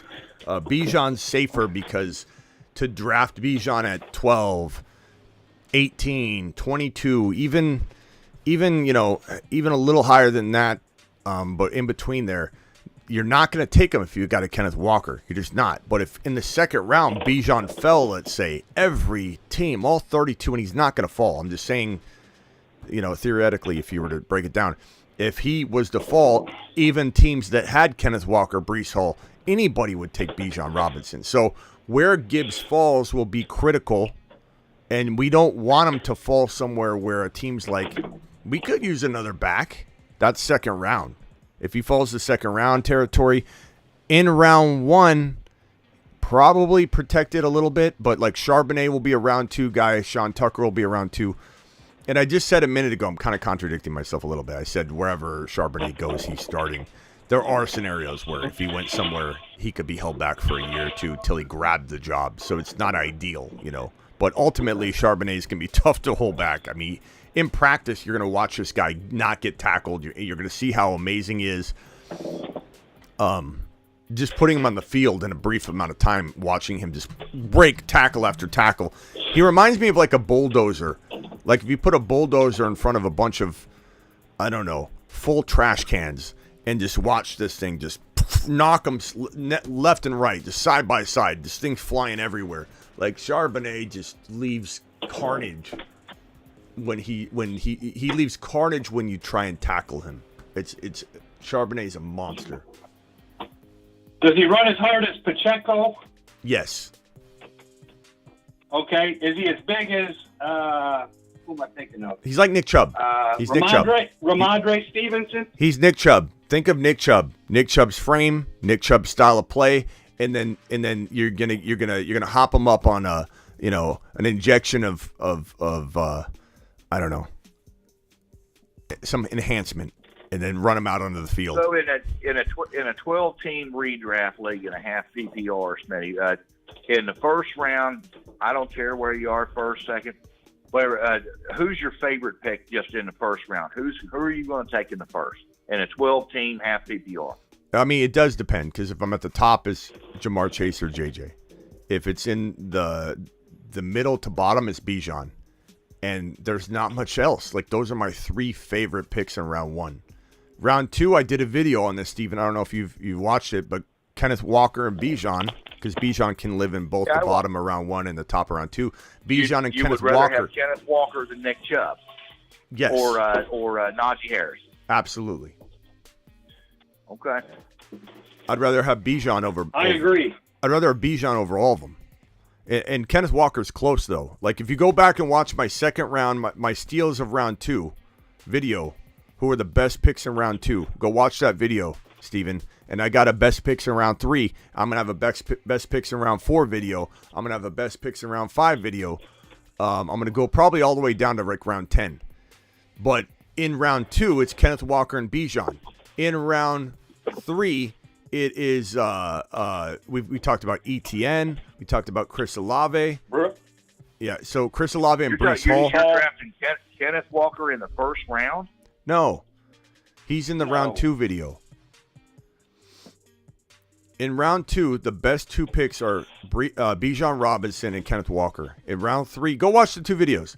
In round 3, it's Breece Hall and Chris Olave. Those are my 2 favorite picks in round 3. So go watch those 2 videos. Chase and Kenneth Walker or Bijan Robinson. Okay, I'm just keeping track. Well, Jamar Chase is in round 1, but that's what I'm saying. That's what you said. If I asked you if you had any player, whichever one you wanted to pick, and you said Jamar Chase. Have you seen the 4 horsemen? Because this gives you, like, if you're drafting from a Bijan, like if you're drafting from a Jamar Chase standpoint, look at this. I give you the 4 horsemen: Jamar Chase, Kenneth Walker, Breece Hall, Joe Burrow, all from the 1.1 draft slot. The 4 horsemen ride 4 horses all at one time. Giddy up. So if you didn't see that, if you weren't watching the screen, it's Jamar Chase round 1, Kenneth Walker round 2, Breece Hall round 3, which you could sub out for Olave if you need to go wide receiver, Joe Burrow in round 4. Those are the 4 horsemen. If you're drafting from a draft slot that makes sense for that, you obviously can move things around, go Bijan in round 1 if it's the bottom of round 1, and then go, with a Kenneth Walker if you even wanted to reach for him in round 2. And do a similar package. Like if you walk out with the 4 horsemen being Bijan in round 1 at the bottom of round 1, Walker at the top of round 2, Olave at the bottom of round 3, and Joe Burrow at the top of round 4, you are riding 4 horses still at the same time. So the 4 horsemen could be deployed a little different. That would be the cousin of the 4 horsemen, just like we got the tripod. And the tripod also likened to pyramids in ancient Egypt. What I've been looking at and what I've been seeing is that later on in that first draft round in a 12 team, I keep coming up with Jamar Chase, and believe it or not, people are leaving Stephon Diggs sitting there. Yeah, I mean that's not a bad approach. So either. if I got Jamar Chase and Stephon Diggs, if it comes around to me, whatever running back. Yeah. But if I get both of those, I don't know that I can pass it up.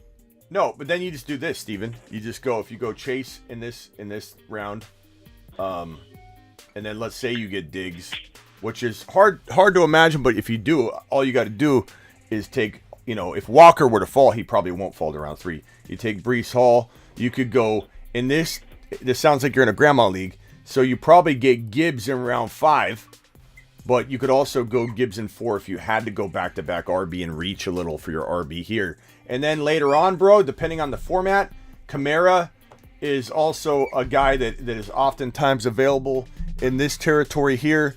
Kamara in round 6 isn't crazy either if the ADP is forcing you to draft him a little sooner. Charbonnet, draft Charbonnet over in this round 7 range. So if you did go wide receiver, you wouldn't be crazy to go Hall and Watson even. And so you'd have 3 wide receivers: Chase, Diggs, Watson, Breece Hall. And if you get Kamara and Charbonnet in round 6 and 7, you're smashing it. You just have to figure out your quarterback. And you could go. You could take chances. Somebody like J.K. Dobbins, a year removed from his knee injury, and you have to take shots. Sure. Kilpatrick, appreciate you. You have to take shots. If you don't take a chance like that. And then another thing I was going to ask you is that how far would you go down in a 2-draft quarterback league to draft Deshaun Watson? I don't know. What movie you watching there, Kilpatrick? I don't know, bro. I'm not real into drafting Deshaun Watson. I've drafted a handful. I don't even know how many yet of the Superflex Underdog drafts. Promo code Smitty. Underdog Fantasy. Use promo code Smitty. I'll drop in the live chat the link that enters the promo code for you. But when we draft on Tuesdays, Thursdays, Fridays, and Saturdays, you got to be signed up ahead of time in order to get into these Superflex drafts. But in the Superflex drafts, I've done so many of them, I don't think I've drafted Deshaun Watson once. I would just rather take Aaron Rodgers in 4 or 5. I'd rather take Jordan Love in round 4 or 5, preferably 5, than go Deshaun Watson in round 2 in a Superflex. I'd rather get that Kenneth Walker or Tyreek Hill. I'd rather get that player that belongs in round 1 thinking in a 1 QB league instead of Deshaun Watson at the top of round 2. I just can't do it. I just don't trust him. But that's me. That's me. Hey, Smitty. Yeah. This is Philly. What's hey, up? So I understand the concern with Gibbs and Charbonnet going to good squads with good running backs, but didn't Tony Pollard go to a good team with good? You're talking short term. Obviously, long term, he beats out the guy in 1 or 2 years, and then boom, he's to the moon. Yeah, but we don't want that for him. You know what I mean? Like, that's a bad situation to have to liquidate. I understand, but you didn't want that. Tony Pollard was wasted in Dallas. They wasted his best. That's his point. Zeke was That's there. his point. They should have got Zeke away from there 3 years ago. But yeah, he's. That's what I said. They could beat him out in 1 or 2 years. Yeah, but I agree with Steven. We don't want it. I think it's I'm not saying it's not possible. I think talent kind of outshines no matter what at the end of the day. But I certainly don't want a wasted year. I don't want Bijan going to the Chargers and playing with Eckler for year 1 and then Eckler's gone the next year. That's a wasted opportunity of getting top 5 running back production as a rookie. But yeah, certainly could he survive if he went to Tampa? Yeah, he could survive for the long term. But I don't like Tampa as a long-term option though. So like I'm not sitting here maybe you like Tampa, and that's fine. But I'm sitting here going, I don't even want Tampa Bay at all. Like, no matter, even if Rachaad White was traded, I don't want Gibbs going to Tampa Bay. No, I wasn't talking Tampa. I was talking a few other teams. Yeah, but yeah, he could survive somewhere. But we want him to thrive somewhere, not survive. You know what I mean? Ideally, yes. But Pollard, I think Pollard. I hope to God Pollard escapes this NFL draft, because if they don't take a running back at 26 and they don't get some kind of amazing steal on Charbonnet later or something, Pollard to the moon. Pollard could flirt with number 1 overall running back numbers. I'm not saying he finishes there, but he could literally. You know how when you look at the stats at week 6 or 7 and you're shocked about something? You know, like when Jacobs was really high. I mean, we all got to admit when Jacobs continued to stay atop everybody else. We haven't even talked about Jacobs. You know, it was weird seeing Jacobs that high. I think it's going to be one of those situations where, like, week 6, we look at it and Pollard's like number 2. You know, if he escapes the NFL draft. I'm not saying he finishes there, but he's going to be that guy that we're like, wow, he's just dancing in there, having a cup of coffee with the top 5 guys. Was a freaking baller. Jacobs was a baller. I mean, he led the league last year, didn't he? Yeah, but I don't. And he played good football. I tell you what, I've always liked him. That kid's tough as hell. But it's a bad situation for him. It is. I think that if you own him, you trade him. You don't even consider, could he do this again with Jimmy G under center, disgruntled in a Raider uniform with the bottom 4 defense? No. The odds of him repeating that is so hard for a top 5 running back to repeat top 5 running back production as it is, but to do it in that offense that's been dismantled, you trade away Waller, you don't have Carr anymore. It's a completely different. More opportunities for 8-man front, walls to crash upon him. I mean, he's probably going to get 15 to 20 or 20 plus carries a game. Volume injury is opportunity. 8-man front injury. And you can't predict injuries. I'm just saying. Josh Jacobs needs to be considered. You can consider injury prediction a thing, bro. I know a lot of people say you can't. I'm here to tell you, I do it every year. Like, you can't predict it with 100% accuracy. Of course not. This is the whole prediction business. But the odds of Jacobs getting injured are extremely high, given that his offense 8-man front. The fact that he already feels a little bit like a guy that has a lot of recidivism in the cards. You know, he's going to, even if nothing changed, you had Derek Carr still there, Darren Waller wasn't traded, the likelihood of a falling back down to earth was high, and now he's got a way worse situation, like extremely bad situation, and he's disgruntled about it. I think he'll be lucky to finish in the top 8. I think he'll be lucky to finish as a top 10 running back. Yeah, 8 or 10. Dog wants to know if I take Moon Men off the list if the situations change. Absolutely. I don't necessarily dropping loads in outer space. I don't necessarily take guys off this list during the season. We like to keep it, historically correct. The Mars Men kind of are cemented in. The Moon Men we have traditionally moved around, but we keep the guys down low. Like I keep them on the Moon Men list. I just made, like, let's say for example, Tucker tears his ACL, knock on wood, and he doesn't enter the NFL, or he doesn't enter the week 1, season, but we had him there all off season. I'll put him probably down in the corner, put an X over his name. We may or may not replace him. We have added Moon Men last year during the season, but very few, I think. No, we didn't. I don't think we added anybody. Yeah, I think we kept it historically correct. Yeah, we didn't add anybody.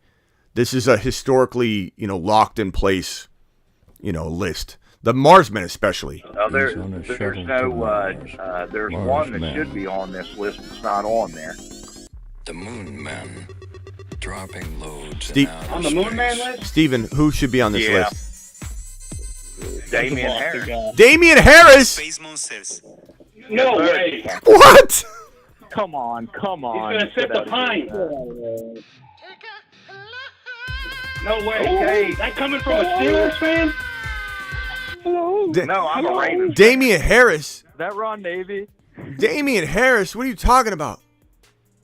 Explain. No, I think Damian Harris could wind up on the Moon Man list this year. I think he's in an excellent situation with Buffalo. He's a hard runner. And everybody gives it, like, nobody's giving these guys a chance. Harris is a great running back. We'll see.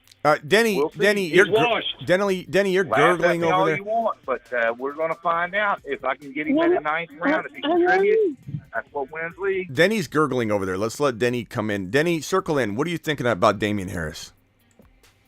Hello. Denny's sleeping now. This is Denny's thoughts. This is his mother. Denny's sleeping. Denny's sleeping right now.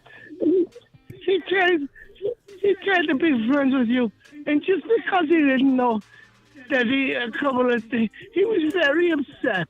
Denny's very upset. He tried to be friends with you, but just because he didn't know it doesn't mean your mom. And Denny's like, Steven, I'm going to put Denny in his happy place. Denny's very upset. Is this Denise or is this Smeagol? Hey, Denny. Here comes Smitty with the psychology degree. Hey, Denny, tell me what you think about Damian Harris. Okay, Denny's mom, whatever. Tell me about Damian Harris. Okay, Denny. Is Steven... Denny's mom said, good luck, Steven. Put all your money into this guy from the Patriots. Never put your money into the Patriots. Denny said that before he fell asleep. Do not put any money into the Patriots. He doesn't. No, Denny, he doesn't. Denny's taking me off. Hey, Denny. You got 5 seconds to answer this question. I'm going to give you a free, I won't put you in timeout card that you can use at any moment. Where does Damian Harris play football? Where's Damian Harris play football? Steven! Where's Damian Harris play football? Yo, that ain't me, Smitty. I'm trying to be a good boy here. Go to bed. I lost control of my show. Right, Denny, shh. What? Where does Damian Harris play football? You've got 5 seconds. Where did he play? The New England Patriots? No. You just lost your free get out of timeout card. He sucks. It doesn't matter. I was just kidding. Oh, Smitty, I thought, I was just checking to see. Yeah, you're always kidding when you don't know, Denny. Hey, Denny, tell your mom. This guy's a Patriots fan. He's mad that Damian's gone. Look, Steven, I won't sit here and say that there is an upside with Damian Harris. I do think that like people that think James Cook is just in the driver's seat to be a big time breakout candidate. I think James Cook is trash. He's trash. Nah. I'm trash? I can't. No. No. Listen, he ain't heavy enough. James Cook, great team. I still have him on my dynasty. I'm gonna have my commish call in here. You need to get him off your dynasty team because James Cook's just not a good running back. He is slow. All right, hold on a second, guys, before I knock you both off the line. I like this Stevie guy. He's crazy, man. I like him. Steven. He's crazy. He's a good ball. He's good. No, James Cook. You know what? You're gonna be 210 to get me. That's what I know. I say it all the time. Smitty is the type of guy I go over his house and I just want to eat all his food because they got good food over there, you know. But then when I screw up, he tells me, yeah, Smitty's got like Cheetos behind the door. Cheetos? Smitty's the dude. Yeah, I mean, when you're a kid, I hate those. I hate that food now. But Smitty's the type of guy. Denny, the chat is just blasting you with thumbs down. You got to be very careful. Oh my God! You're at 8 out of 10 again. All right, Smitty. All right, fine. Steven, you might. No, that's Steve? Steven, you might be in this too. Go at it. You might be in this disconnect too. The funny thing of it is, there's two Stevens in the chat. He doesn't know which Steven is which. Yeah. Let me and Steve finish him. Just go. Friggin' call terminated. Go at it. Steve, what's up, man? Who's your team? Who's your favorite team? Who do you root for? Denny's out. He's throwing a blank. He got voted out. But hold on 1 second, Steven, be careful too, because we gotta keep control. Hold on, Denny's calling back in. He doesn't get. Denny, you're in timeout again. My bad. Yeah. Hey, you got 8 minutes. You can call back in 8 minutes. But we'll see you in a second. All right, Steve sucks. Well, that's not very nice. Denny, you just got. We got to get control here. Denny was out for 8 minutes. Now he's only out 6 after that. That was entertaining. Not that I'm saying you suck, Steven. It's just Denny's funny. I'm giving him two extra minutes back on the table for being just a funny guy. Let's go to Tyler. Tyler, you're live. Get some control up in here. Hey, I just got a trade question for you. Would you trade away Juju Smith-Schuster and the 105 to get Pollard and the 204? All right, hold on. Let me write this down. This sounds like a bad trade already, but go ahead and tell me one more time. Would I trade Juju in what? Would you trade away Juju and the 105 to get Pollard and the 203? Oh, yes. Yes. That sounds like a good trade. I'm sorry. I was thinking about trading the other direction, but I would take Pollard. Look, the 105 is interesting, and I guess at the end of the day, could I see like the 105? Is it a super flex? Tyler?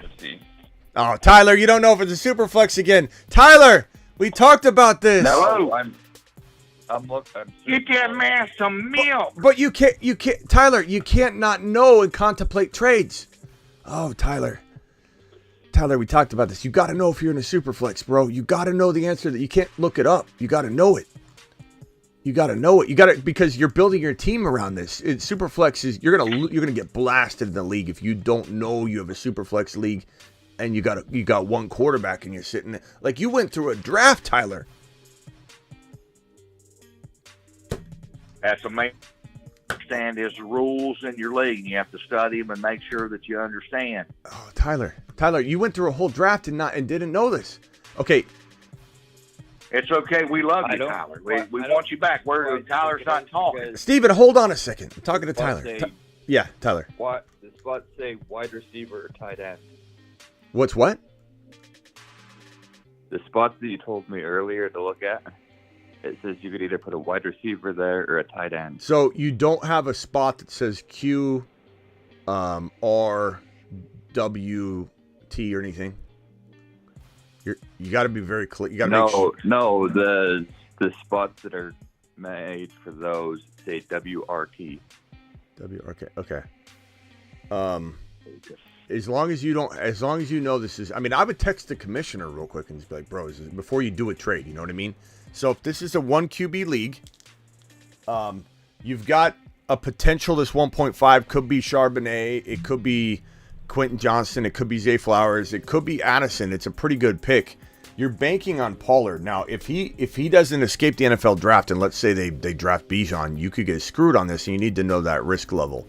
But at the end of the day, if Pollard was thrown into a rookie draft, let's say this is round 1, I venture to say that you'd have Bijan, you'd probably have maybe 1 or 2 other guys, and then Pollard would at least be the number 3 or 4 overall player picked if you just tossed him in with all these rookies. So at the end of the day, you could argue maybe Pollard and the 1.5 are the same if you were like just, you were just selling me on the landing spots for 5 guys.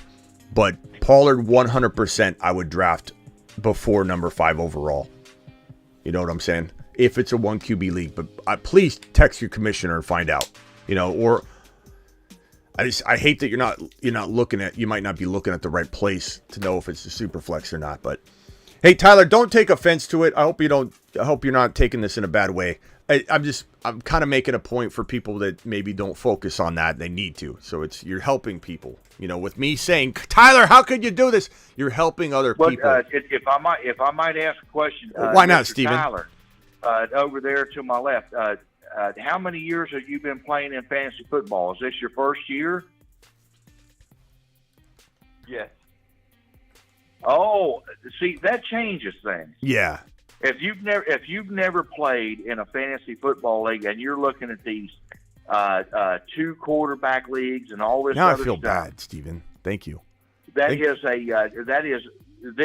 advanced metrics, and Smitty, maybe what you need to do is put together a 3 or a 4 deal and go back to the beginning and get us all up to speed on what it is from a standard league to a half PPR. Relax, Steven. I know you want to be the programmer of the show, and I appreciate you. But hold on, let me just talk to Tyler real quick. Tyler, I want to apologize from the bottom of my heart. Number 1, Steven made me feel like a total a-hole when he asked that question. Are you new? And you're like, this is my first year. This is my first hour of doing fan, and here I am just getting all upset and bothered. Tyler, you have an open line to me. If I'm ever talking in a rant and I see Tyler calling, I'm answering the line for Tyler. Tyler, we're going to walk you through your first season. We're going to give you a standing ovation right now. Tyler's the man. I don't want you to take any of my "you should know this" to heart. I'm here for you. We're going to help you dominate. By your second year, you're going to be yelling at somebody else on the phone line that says, I don't know if it's a super flex. And Tyler's going to be, what are you talking about? So, Tyler. I'm here for it. Tyler, I want you to not, I hope you don't take that in a negative way, and you know that I'm here for you. We're going to help you dominate. I don't. Okay. You're in the Smitty zone, Tyler. We got you. Can I also give now? If I could ask one question, Mr. Tyler, have you already joined a league? Yes. How many people are playing, and what is the scoring format? Steven, we don't have time for that. Let's move on to a different topic. Let me also can I commend Steven real quickly? I'm going to give Steven you a round of applause because you have the thickest skin of anybody I know.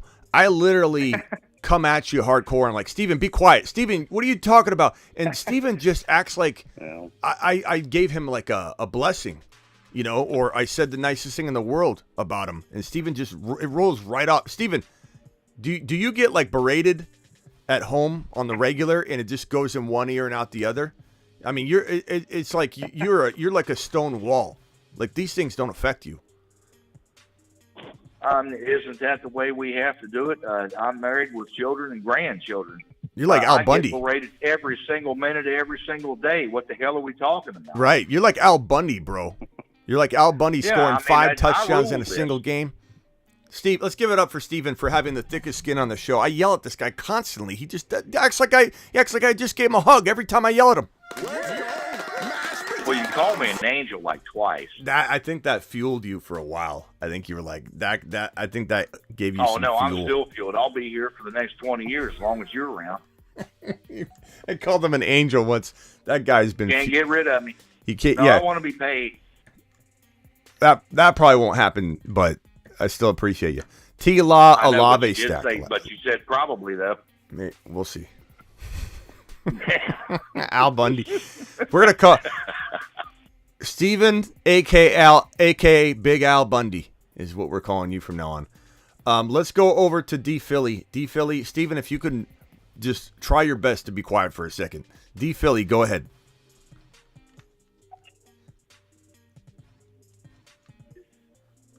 Okay, D. Philly, why you think? Let's go to 440 area code. Who is this? You're live. Who am I talking to? Mike near Cleveland. Mike near Cleveland. What can I do for you? Correct. I'm in a keeper league. We protect 5 guys, and I wanted to do your little board thing and see which 5 you think. Early process. I really haven't done much research, and I don't see much on 5 keeper league talks. So, best 60 are gone. Full PPR, 3 wide receivers, protect 5. So here's my 5 so far. 4 probably solid. We got to figure out the 5th. Jamar Chase, number 1. Josh Allen, number 2. Mark Andrews, number 3. T. Higgins, number 4. And then I'm deciding between Javonte Williams, David Montgomery, Amari Cooper, and for jokes, we'll put in Damian Harris. But I need one out of those guys. Yeah, I don't think I want to leave towards Javonte and hope he comes back by, I don't know, week 10, and he's solid, and I can have him as a keeper moving forward. But I don't know if I'm pissing my... I'm basically got no running backs, but I do have to start 3 wide receivers. Kind of feel like you got to go Javonte because of the keeper value. Monty would be the safer year 1 play, but for 1 year... I might be able to get him back at the 608. I don't know how many rookies are going. Exactly what I was going to say is that at the end of the day, you're going to be able to draft him back. So you might get a better player back. So I'd take the upside in Javonte. And you got a good enough team here that I think... you don't think I should try to move like T. Higgins since I have 2 Bengals? I mean, he was there at the 601 last year, and I'm like, I can't let this guy go. I would definitely try and trade T. Higgins to get yourself into a Jahmyr Gibbs, a Bijan. Part of me wonders if you could trade like Javonte or Monty with T. Higgins. Nobody wants Javonte in the first round. I've already offered. It's early, but... In the first round, nobody wants him. You keep him. It would be a 6th rounder for me. It's like the 601. I might try to get the 601. I mean, I doubt it. I would assume the guy's going to take the running back Biaja. Yeah, I would probably say Biaja. Is that what you called him? Biaja? Yeah, I don't know. That's so much rookie training I've done this year because I'm not at the 8. I know there's a. I guess I deserve that. There's another trade where you could maybe move down and make even more significance in this lineup. You got Mark Andrews, a tight end, correct? Yes. So I wasn't sure about him. I think Lamar will end up back with the Ravens. You could keep him, and you could decide to keep him for this year and move it to Isaiah Likely, because Isaiah Likely is going to be the next number 1 tight end for the Ravens. Okay. And you may save yourself a boatload of picks and stuff and say, what are you doing? How do you spell? I'll tell you what. How do you spell Biaja? Andrews too. How do you spell Biaja? Bijan. I think that's his name. I just might not have been pronouncing it right. Like, I have no idea about the rookies. I know he's supposed to be fucking great, so I would say that name and take him, but I don't think I can. You think somebody would give me the 601 for T. Higgins? I think if you walk in and announce I'm drafting Biaja, someone's going to give you the wrong player, and they're going to say it's your own fault. And quite honestly, I couldn't disagree. If you brought that Smitty, you got that guy going in what round? That rookie. He pretty early, right? I have him finishing Bijan, not Biaja, Bijan Robinson. Bijan. Yeah, Bijan finishing. Robinson. Yeah, I got him finishing quite possibly as the number 1 overall running back at the end of the year, bro. Right, that guy is. I'm not going to get it, but do you think I should try to move T. Higgins or Mark Andrews, or you just like hanging on to these guys and try to pick a running back? Yeah, let me attack this real quick because you keep jumping all over the place, and I appreciate Sorry, you. buddy. No, it's fine. You maybe one too many coffees. No, I at least know my format and what league I'm in. Yeah. There's 12 teams. Hey, you leave Tyler alone. Well, now that's not fair. Tyler, where are you? Leave Tyler alone. You leave Tyler alone. We're in a league, and we're trying to get him straightened out. Now, Tyler, that's not right. Tyler, call back in. Tyler even hung up. Okay, so no, Steven, so, no. hey, Tyler, if you're still in the chat or you're still listening, please call back. I kind of rather not. In Tyler's defense, is this Matt 440? Mike, I'm sorry, same thing. Mike, you're good. Yeah. I'd rather probably not know that there's a superflex than spell Bijan Biaja. But okay, anyway, that's fair. Matt, I mean, Mike. Mike. My God, Mike. Pam or Pan? Pam? I just came up with my new fantasy football name, Bijan These Nuts. Biaja. Okay, so hold on, Steven. Yeah. Steven, hold on.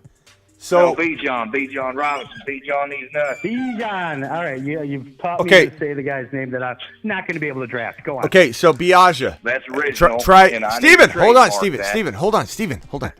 So I would try and trade Higgins to Javonte. If you can't trade Javonte, then try and trade Monty. If you can't trade Monty, I'd even consider trading both these guys. I would try and find a team that doesn't have good keepers. There's got to be somebody out there that doesn't have good keepers. There's a couple in there. Yeah. So ultimately, go after a team that doesn't have like an amazing couple of keepers, and you take like their best player. Like try and look at those if you can. If you have to trade Higgins straight across for a better talent, I would say go after Olave. I'd say go after potentially Watson and a player that you kind of like better than maybe Monty and Javonte.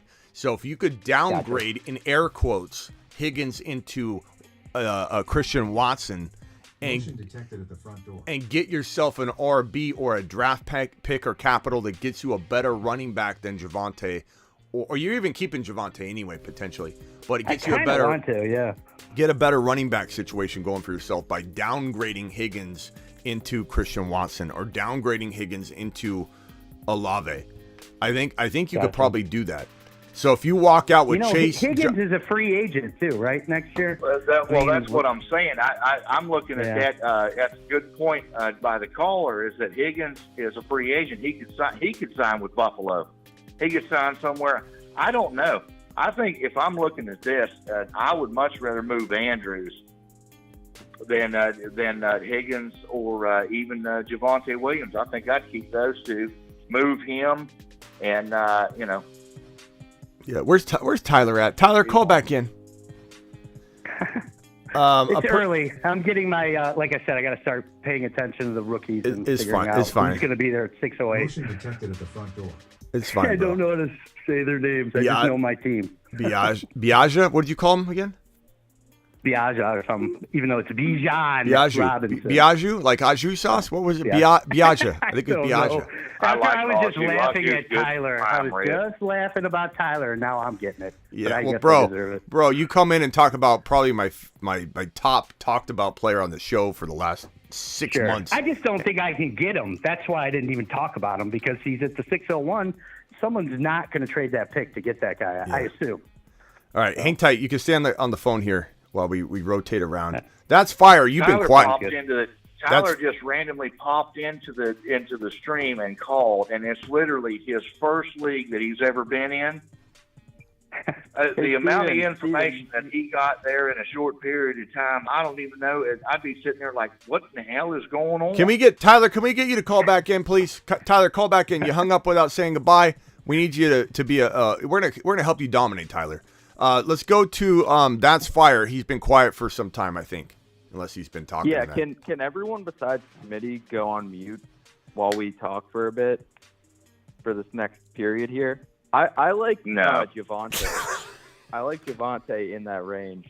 I think Russ is starting to slow down with his mobility, And Javonte's still early on. So I think when you look at upside, No. DeMonte could be better this year. But I'd take the upside on Javonte, especially when you look at the average stats for a quarterback or for a running back that has a quarterback with limited leg speed or limited mobility, I should say. So from that upside, I'd go Javonte. Yeah. How many years can he keep him? Forever. I had Peyton Manning forever. Guy fucking screwed me in the playoffs every year. He was on the damn bench.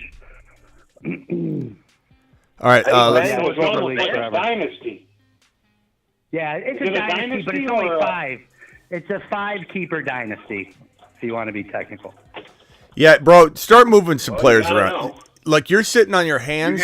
You had Peyton Manning in 2000 and from 2004 to 2008, and you lost your league.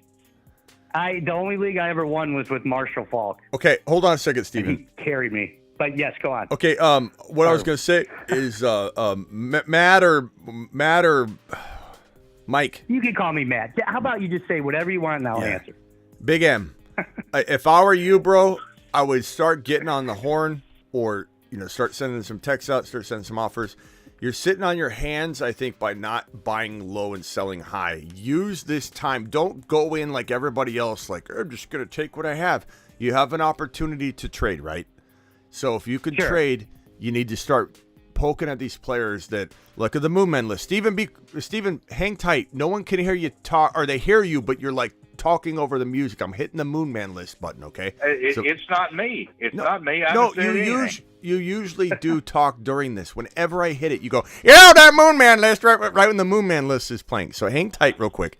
And somebody said, why don't I mute everybody? I don't have the ability to mute individual. Don't forget to put Damian Harris on him.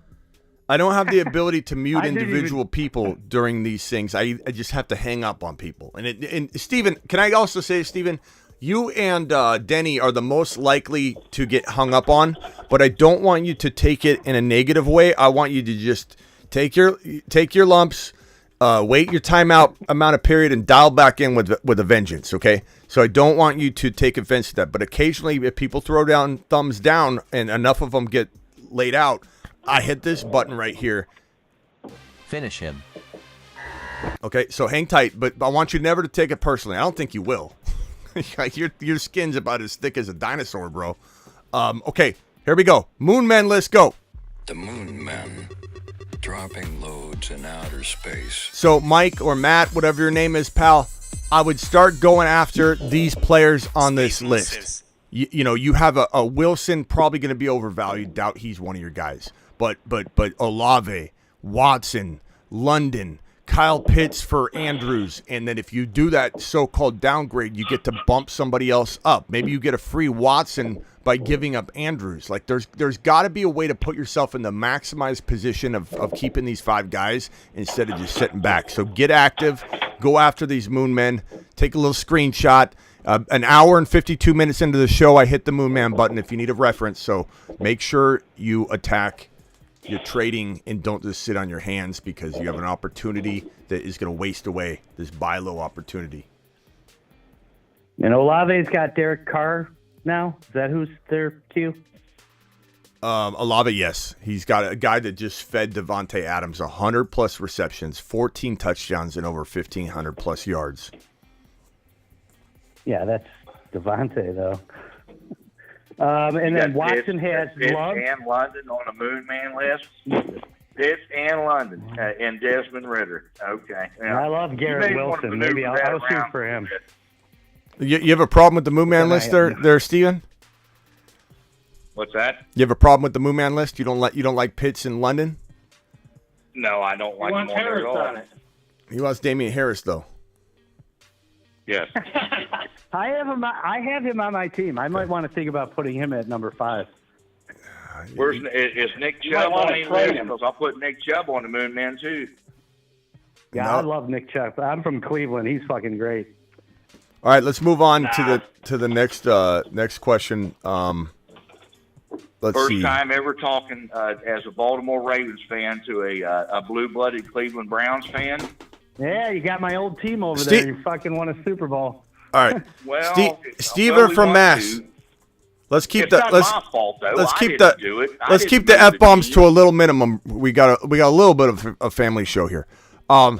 Let's go on over to. Did I drop an F bomb? No, I did. Matt or Mike I keeps sure did. Matt or Mike keeps I did. swearing like a sailor. Okay, I'm not against it personally. We'll keep it cool. But we're trying to keep it monetized. You know what I'm saying? Stephen from Massachusetts. Philly's turn. I've lost full control of my show. D Philly. Apparently, I got overruled. You're up. You're up, D Philly. Go ahead. Okay, so I'm rethinking my whole keeper strategy now that you're so high on Bijan in the first 10 picks. So if I don't keep anybody, I'm thinking 10. I could get Bijan, right? I mean, if you can get Bijan over who would you be letting go? My 6 keepers I explained to you was Barkley, Eckler, Lamb, Travis Etienne, all these players. And you said, well, I would go Barkley and Lamb, or I would go Barkley and I think at that time it was Etienne. But now you're saying, oh, well, I would go Bijan late in the first round. Well, I'm pick 10 if I don't keep anybody. So I could go Bijan, throw all 6 of those players back in, and that would give me my opportunity to the Moon Man at number 30 and 31 on the 3-4 turn. I mean, maybe it just depends on if like Bijan fell to you at 10. Like, what if he doesn't? But I don't know. Only you know. Everyone's going to have one keeper. Yeah, only you're going to know what that's going to look like. But would I rather have, like, does that mean you can't keep anybody, though? I can keep 2 players, but if you say take Bijan in the late first round, that means you value him just as good as Barkley at number 10, or Eckler at number 10, or Lamb at number 10. Yeah. I mean, only you know how it's going to go if you throw guys back, though. So I'd use your best judgment. But I would say, like, do I want Bijan as a keeper over all those guys? I do. He's arguably the number 1, number 2, or number 3 overall player. Yeah, that's what I'm talking about. So I'm rethinking it. I don't want Lamb. I don't want Barkley. I don't want Eckler. Plus, even if I don't win this year, I won last year. So I could be in the top 3 picks by not doing so great next year. Yeah. Okay. Let's go on over. I'll tell you what. You play to win every single year. Steven, just to let you know. To win every single year, then what are we doing? Steven, just to let you know, you got multiple thumbs down. Don't take offense to it, but you're about to get the boot potentially based on the vote, just for the interruptions, the constant interruptions. I don't want you to take it personally. I want you to call back with a vengeance. If you do get kicked off, it's just part of the show. Okay? If you get enough thumbs down, people are like, they're telling us, hey, we want to hear, this caller more, or we want to hear this caller. It's not offensive. People still love a nice little dose of Steven, but they're definitely wanting to hear from other people real quickly. Let's go over to Steven from Massachusetts. Go, Steven. Hey, Smitty, you were talking earlier about taking Alvin Kamara around like round 7. My question for you is because I'm sure by September when most people draft, you'll probably know if he gets suspended or not. But are you trying to handcuff him, or is that just somebody that like you take at round 7, and then like you have like better like RB depth that you don't have to worry about like handcuffing Alvin Kamara situation? I mean, I don't think I'm super worried about handcuffing that situation. I think ultimately, if it happens naturally, and that's my number 2 running back because I went really crazy building my wide receiver room up, or I drafted early tight end, and I've got like a combination of different things going on, I definitely could see myself like entertaining the cuff situation. But I think ultimately, I'm just drafting Kamara standalone. I'm not worried about cuffing anything. He's going to be like my secret weapon, in rounds. It depends. An underdog, he falls to around like 8, 9, 10. In a mock draft on Sleeper where their ADP isn't updated, he's going around 5. But not because I think he's going to stay there, but because people feel pressured to look at the suggested ADP rank when they're drafting. And when it says Alvin Kamara is the number 1 option at running back to draft, and you're in round 5, he's going to last 4, 5, 6, draft selections until somebody feels pressured to take him. So we'll see where his ADP levels out. I don't know that we're going to know if he's suspended before the season starts or before your draft. We may find out. We may not. We may see another delay. It's in his best interest to potentially get the ball rolling so that he can get that 4 to 6 suspension out of the way versus have the NFL, feel like it's being dragged out and then they put him on the exempt list paid, because they don't want to discipline him until the thing comes to a conclusion. But I think he might want to get this out of the way so that it's all in the rear view walking into 2024, which he's going to think he's got more time left. We're all going to say, look, this is probably his last year to where we're really interested in owning him in fantasy, but everybody's a little delusional, and understandably so, that, I'm different, I'm going to play for 4 more years. Eckler thinks he's playing for 3 or 4 more years at an elite level. He couldn't possibly. Could he kind of be relevant? Maybe. But at his stature, with his mileage, being that he's a Kamara-type running back being used like a Nick Chubb, oftentimes, he does obviously catch a lot of balls too, but they run this guy up the gut. I think, these guys... Gentlemen, I think we're selling Austin Eckler a little bit short. He's been an excellent back. He's been excellent for fantasy. I had him and Herbert, and I stacked the running back or whatever, and I mowed through the first part of the season, just destroyed it.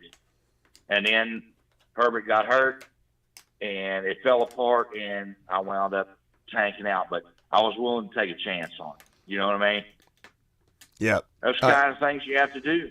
All right, let's set up a running back with a wide receiver and stuff like that, or a quarterback, and Finish him. Call terminated.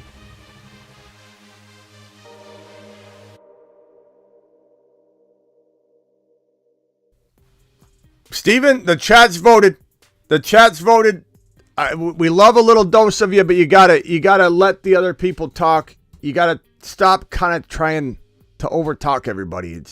It gets a lot of thumbs down. So appreciate you, Steven. Please hang tough.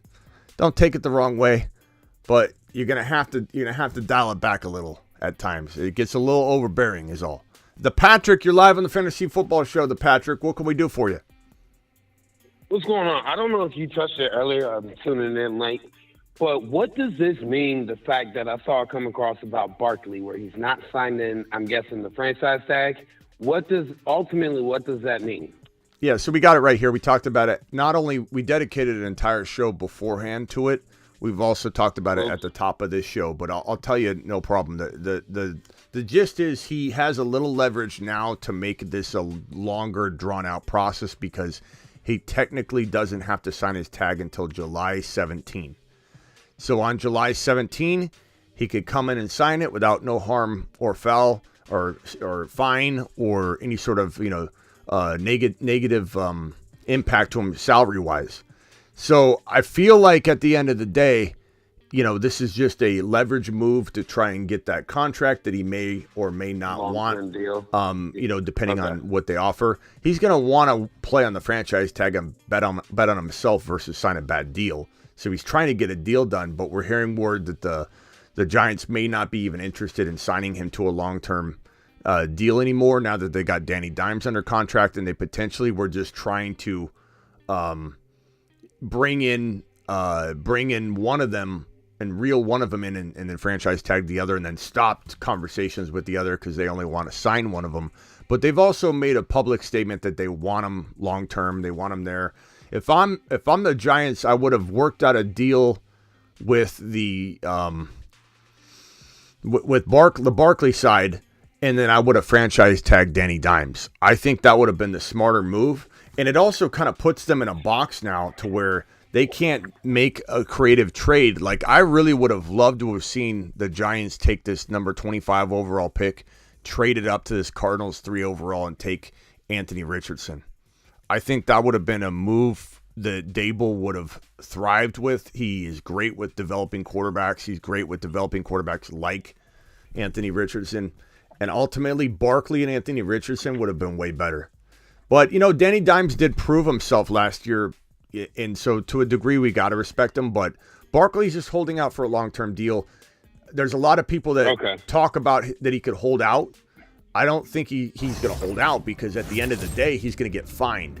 And whether he signs his deal or not on July 17, it doesn't matter if he actually signs it. That becomes his contract. He has no choice in the matter. If he holds out, he'll get fined. But he's getting paid his $10+ million for the 1 year, and that's locked into place on July 17th. Not to mention that if you're a franchise tag player, as soon as July 17 comes and goes, you can no longer negotiate a long-term deal with that player. You are locked into that contract. Absolutely locked in. So there's no way that after July 17, there's no way to discuss this further. You know how sometimes a player can ink an extension into the season? With a non-exclusive or a franchise tag player, July 17, it becomes an absolute locked-in-place contract for the remainder of the year. I want to thank, who was it that dropped YouTube exclusive memberships? It was... Who was it? Jeremy W. gifted 5 YouTube exclusive memberships to the group. Congratulations if you got one. I'm going to drop that on screen right here, and we're going to give him a standing ovation. Thank you, Jeremy W., for dropping that. Appreciate you, good buddy, good pal, good sir. Jeremy W. in the house. What a man. What a man. Good question, though, and we definitely cover that. Yeah, my fault, man. No. You don't have to apologize for asking a question we've already covered. Area code, hang tight. We're going to keep rotating around the phone line here. Area code 440, you are up. And then we'll go back to That's Fire. Hello?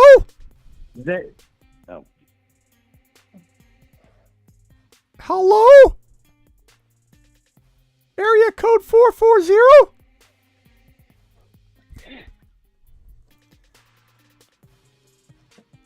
Are you calling about? Yeah, I got 402 if you're talking about me.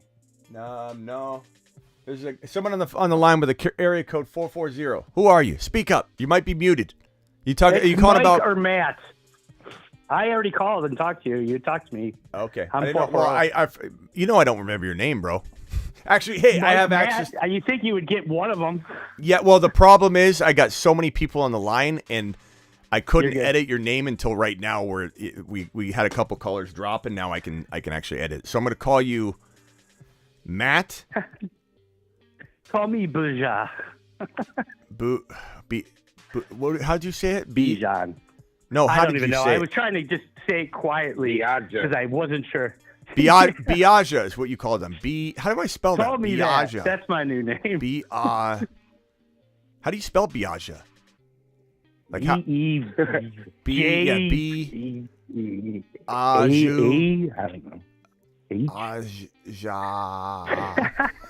Matt Biaja, bro. Okay.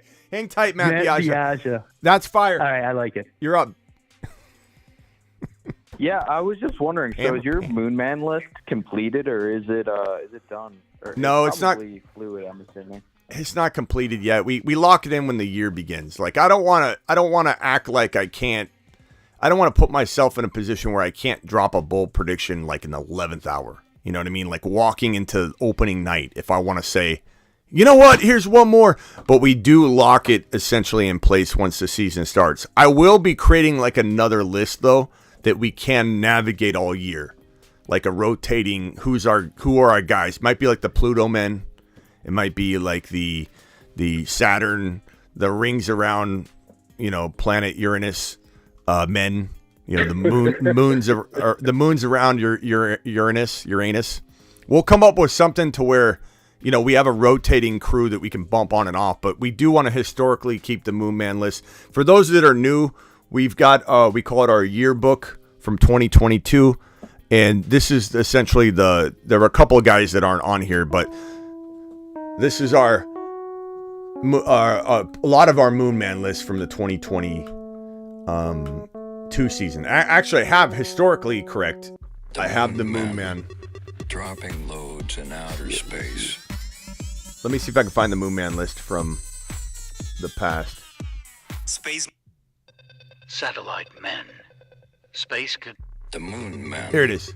Dropping loads in outer space. This is the original Moon Man list from 2022. And as you can see, Space Monsters. I've got Khalil Herbert with the X over him at the bottom. I've got Trey Lance with an X over him at the bottom. Breece Hall and Javonte have prayer emojis. So we kept it historically correct, and we'll continue to do that with the Marsmen and the Moonmen list. But yeah, it's we got to create something that we can be flexible and fluid with, so that like throughout the year we aren't just beholden to this list. Like, this is my bold prediction list, and I can't change it. Sorry, guys. Here's the guys I like. So there'll be some sort of ongoing bold prediction list we'll come up with. But it's a good question. Yeah, I think Olave. I'm just curious because for me, when I looked through the current players list, two names stick out that I like a lot. For way above their ADP currently priced in, which could change. But it's Olave and T-Law, and I'm just kind of wondering because I haven't heard you talk too much about T-Law specifically. Olave might belong on the Marsman list. I don't know if you'd change him over at some point, but just curious to hear your takes on those. Yeah, Olave. He's on a shuttle tomorrow. I have Olave on the Marsman list, my guy. Who's the other guy he said? I couldn't understand him. Trevor Lawrence. Aimlessly in but look, okay. Olave's on the Marsman. He's right here, pal. He's right on the edge. You see him? Or are you not watching the screen? No, I'm not. I like to keep the stream off. Just gotcha. I'm on call. So I'll speak the Marsmen into existence. I've got Olave. I've got Bijan, or we call him. God, I can't even remember how he pronounced it. How did he say Bijan? Biaja. Biaja. I don't. Biaja. We got Biaja. We got Olave. We got Burrow. We got Jamar Chase. We got a stack on here. We got Garrett Wilson. We got Breece Hall. We got Charbonnet. We got Gibbs. It's an absolute amazing list of players. I love the only person we probably need to put on here that's not on here is Walker. I think, you know what? Let's do it now. Let's do it live. I think because I'll create a video on it. I think because Walker's going in round 3, I've kind of dropped the ball on really realizing that he has slipped into Marsman territory, because I mean, it's one thing to be like a first rounder, like Jamar Chase is a first rounder. So it's the Marsman list you're not going to get the value you'd get in some of the guys on the Moonman list. The Marsmen are more like just know that you own these guys. They're dropping massive wads all over the place constantly all year. These are our heroes for 2023. But Walker, because Walker goes in the mid to late second round, he's as league winning as anybody. And I kind of feel like I'm ashamed of myself that I let Walker slip off the Marsman list this long. He's not on it, right? He's on a shuttle to Mars. Marsman. I mean, he's as in a position to explode as anybody from his ADP. Dropping and spinning aimlessly in space. I'm ashamed of myself. I would agree. I want to follow up, and that is, what do you see? Because when I look at the statistics from T-Law, I see T-Law as a prime candidate, as someone who should be valued way higher than his current ADP. We love him. Which he's not, which I'm thankful for. But what do you think of T-Law going into the season? I love him. I mean, he should at least be on the satellite men list, to be honest. And, maybe we can do that live right now. Which means he's a moon man in training. We could just only fit so many people on the moon man list. It's not that he's not a capable guy of being a moon man, but I feel like he's one of the best quarterbacks to be in a position to drop like 3 and 4 touchdown games. Like Big Ben used to have a 6 TD game like once a year. I feel like Trevor Lawrence is going to have like 2 5-touchdown games. I really, really like him. The offense is improved. They get Calvin Ridley. Maybe that dilutes some of the timeshare, the ability to eat full course meals for everybody. But at the end of the day, it helps. It helps the run game a little bit. We want ETN to catch footballs. He needs to. But T-Law hopefully starts throwing the ball to him more. But T-Law's got weapons for days. And the fact that he finished with such momentum, and the fact that the Jaguars finished on a high note, essentially, obviously they lost. But, like, that comeback game put T-Law on the map. And I think we're looking at a top 6, he could be the 6th quarterback lock, by August.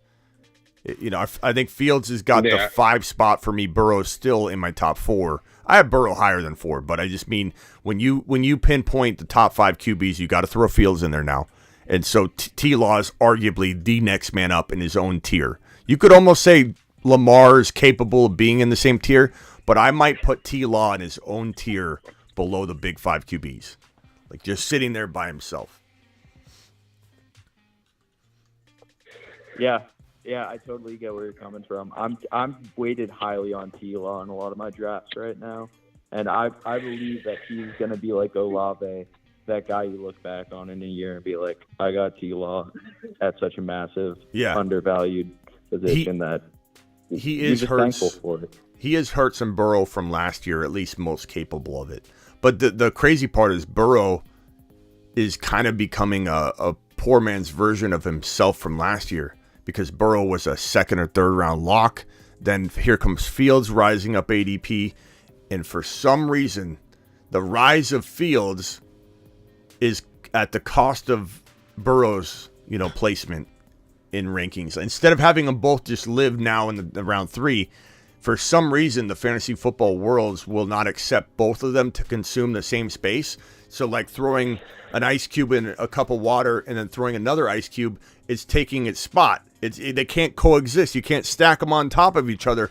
For some reason, there's only so much room in people's hearts for an early quarterback, a number of early quarterbacks. So guess what? Burrow goes from a second to third round turn player to now a 4th round player. So he's a poor man's version of himself. And at the end of the day, you draft Burrow in round 4, sometimes round 5, but we'll call him 4. You're winning a league if he stays healthy. And so Trevor Lawrence, if let's say Burrow lived up there with Fields in round 3, you have Mahomes, Josh Allen, and Jalen Hurts all in round 2. And Trevor Lawrence was the only one, him and Lamar, living in round 5.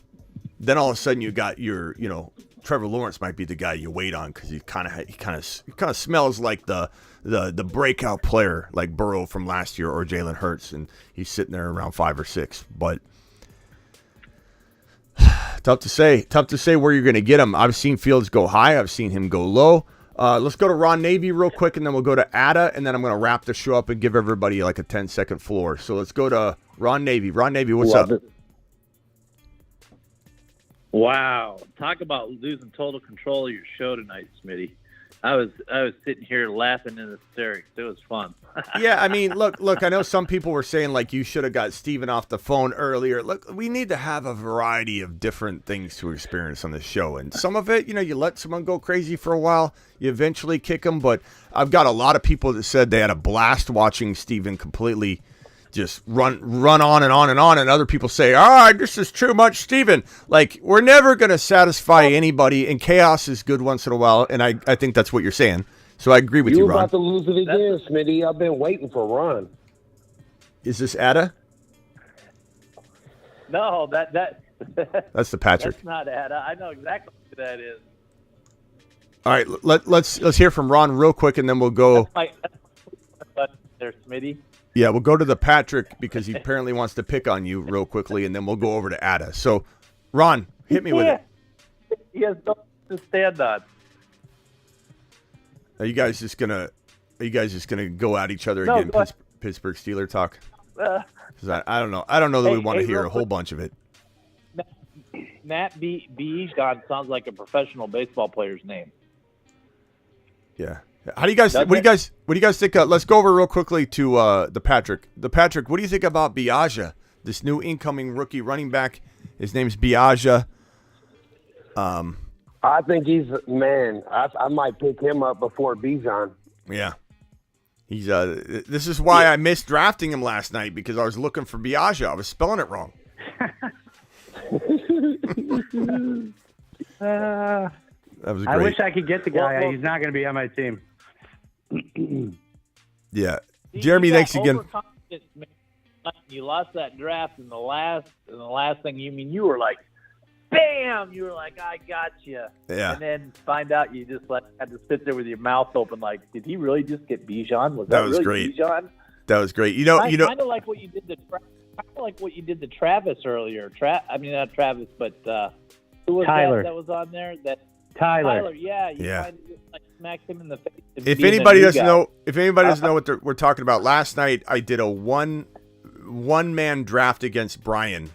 Justin Herbert is what he goes by in Sleeper, and we just had 10 other computer teams, me and him, and I felt like we were going blow for blow. We were just picking off great player after great player. We get to the second to last pick. He's the last pick, and I just blast him with Zach Charbonnet. And he takes Brian Robinson, I thought. And then we look at it, we're like, that's not Brian Robinson, that's Bijan Robinson. And he ended up taking Bijan Robinson with the last pick in the draft, and we're doing a 6th round draft, and we were just laughing. But what was funny is Brian messaged me after, and he said, we both dropped the ball on Bijan. It just so happened he saw it before. But what's Sleeper doing? Like, how do you're running an operation here? And I like Sleeper. I want to give Sleeper some credit. We always use them for mock drafts. Clearly, they're a good platform. But, like, it's April 12th, man. Can't you update the ADP where Bijan Robinson isn't living in round 8, where you have to scroll all the way down to find him? And when we drafted, we didn't look at who the computer teams drafted. We just let the 10 computer teams just go, and we were just taking. And neither of us saw Bijan Robinson. I think he was ranked below Jahmyr Gibbs. So it was like you couldn't even find him. But that was hilarious, man. Somebody, unlike Hernandez and Excedrin, his brain hurts, he says. So yeah, we've had a little bit. Steven, don't take this the wrong way. I'm sure your wife tells you all the time this, but Steven and Denny and a couple other people, we need a healthy dose of them, but yeah, it can be a little much. I'm sure, Steven, that doesn't hurt your feelings. We do need Steven. Steven, if you left and didn't come back, we would be very bummed. But you're going to probably get kicked off the call once in a while because it's in your nature to just completely interrupt over and over and over. But anyway, let's go on over to Ada. Ada, you're up. Hey, Smitty, is the 402 still on? Yeah, who's the 402 caller? The 402 is on. Who's 440? I was a new caller. I think you were asking for 440 earlier, but I just went to the dishes because I was like, man, I'll wait some time. Who's the 402? What's the 402's name? This is Jordan. You could call me the Drop Father or whatever. That's why I'm on Sleeper and YouTube and crap. But okay, Jordan. I'll enter your name in a minute, Jordan. Okay, go ahead, Jordan. Sure. I was chiming in because I was finishing up dishes and I was kind of waiting and then figured you guys were going through the last little run of people. But talking about Sleeper and Bijan was really what I called in to ask about. I'm in a 12-person, one keeper league. All the keepers in the first round. I've tried to change that, but they don't really want to. But I have the first pick this year. And I've been kind of working through this dilemma with Sleeper not doing ADP. It kind of makes it hard. Is Bijan worth it to take the number 1 overall pick? Because I can choose my draft spot.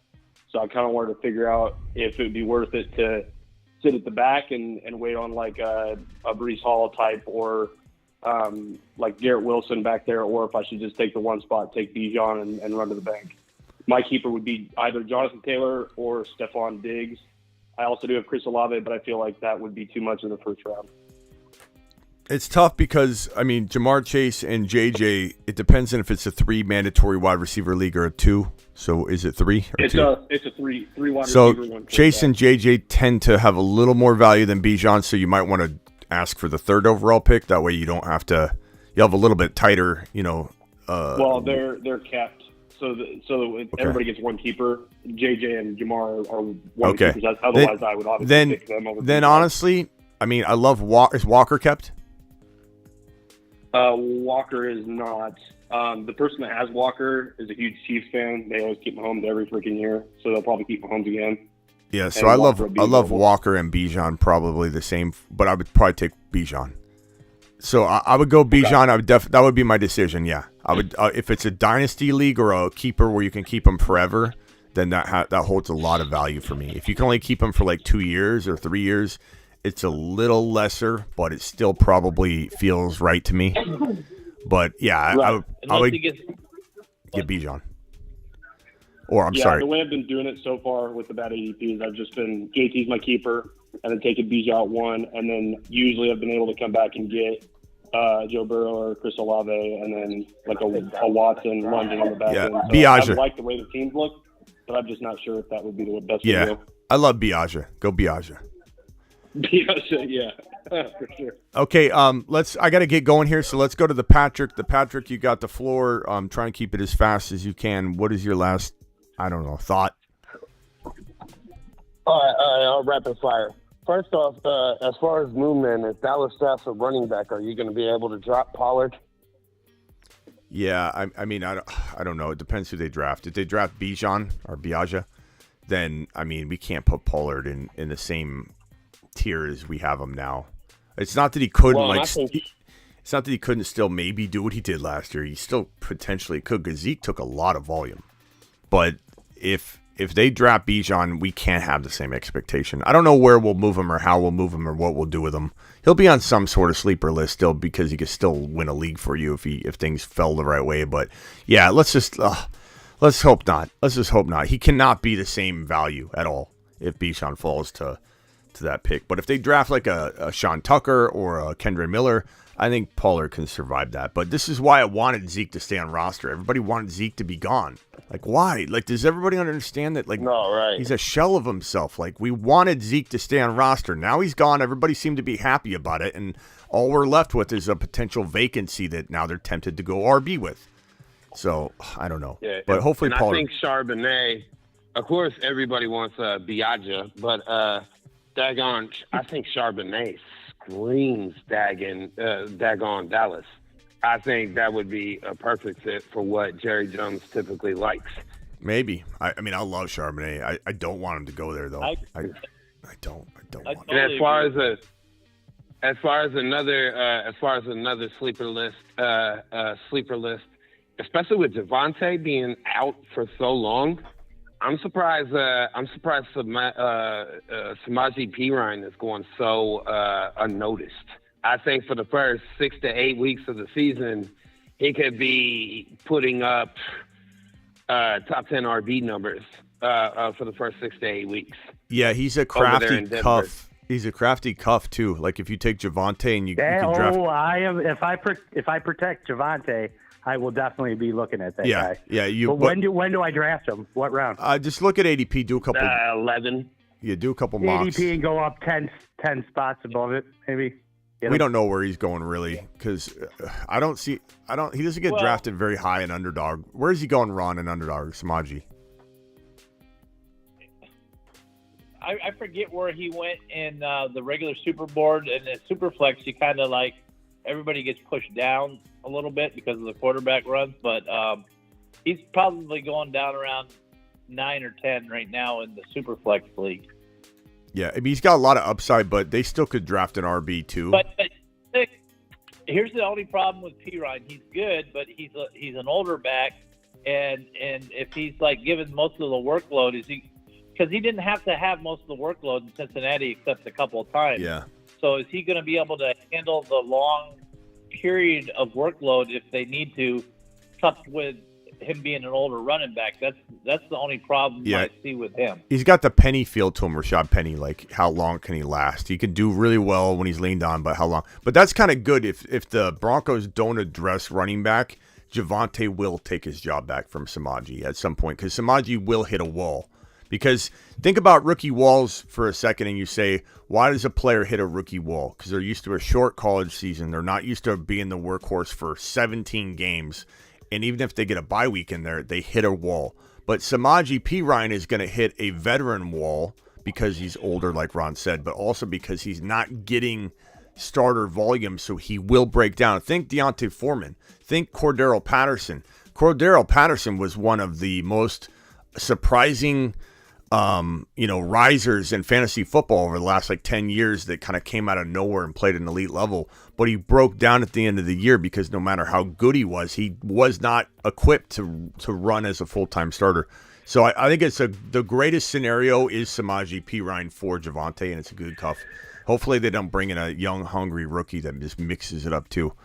Okay, appreciate you, the Patrick. Call in tomorrow.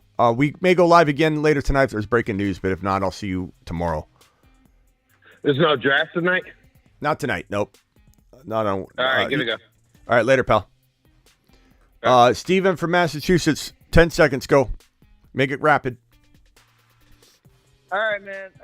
Just wanted to say thanks, man. And I don't really have anything. You guys covered everything for today. I tried looking at the news, see if there's anything new that broke out, but that was pretty much it. Yep. Appreciate you, man. Calling later.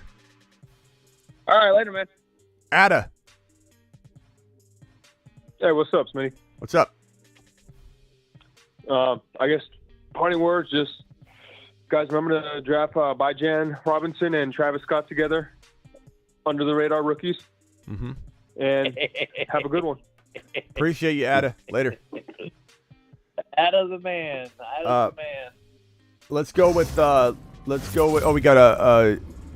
Calvin became a YouTube exclusive member. Thank you, Calvin. If anybody else wants to be a YouTube exclusive member, let me drop that. First of all, if you guys want to do the best ball drafts, this is the link for that. Okay, sign up now.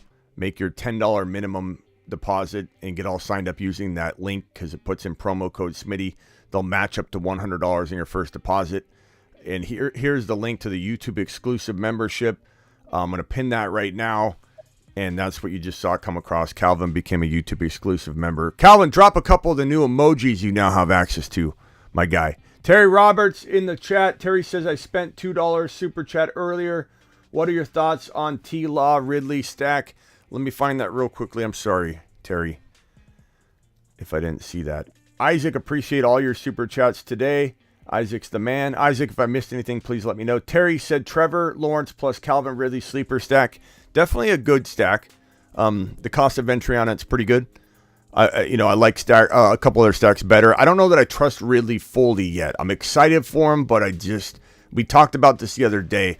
Name one player at the wide receiver position that left football the amount of time Ridley left, 2 years, and came back and was electric at the wide receiver position. We thought about Ricky Williams at the running back position, and he did come back. There are a couple examples at different positions, but it was hard to think up a wide receiver. Even Josh Gordon, that's what I would have said. Gordon was better than Ridley ever was, and Ridley was going to be good. Ridley was in everybody's top 5 to 7, and he vanished for 2 years.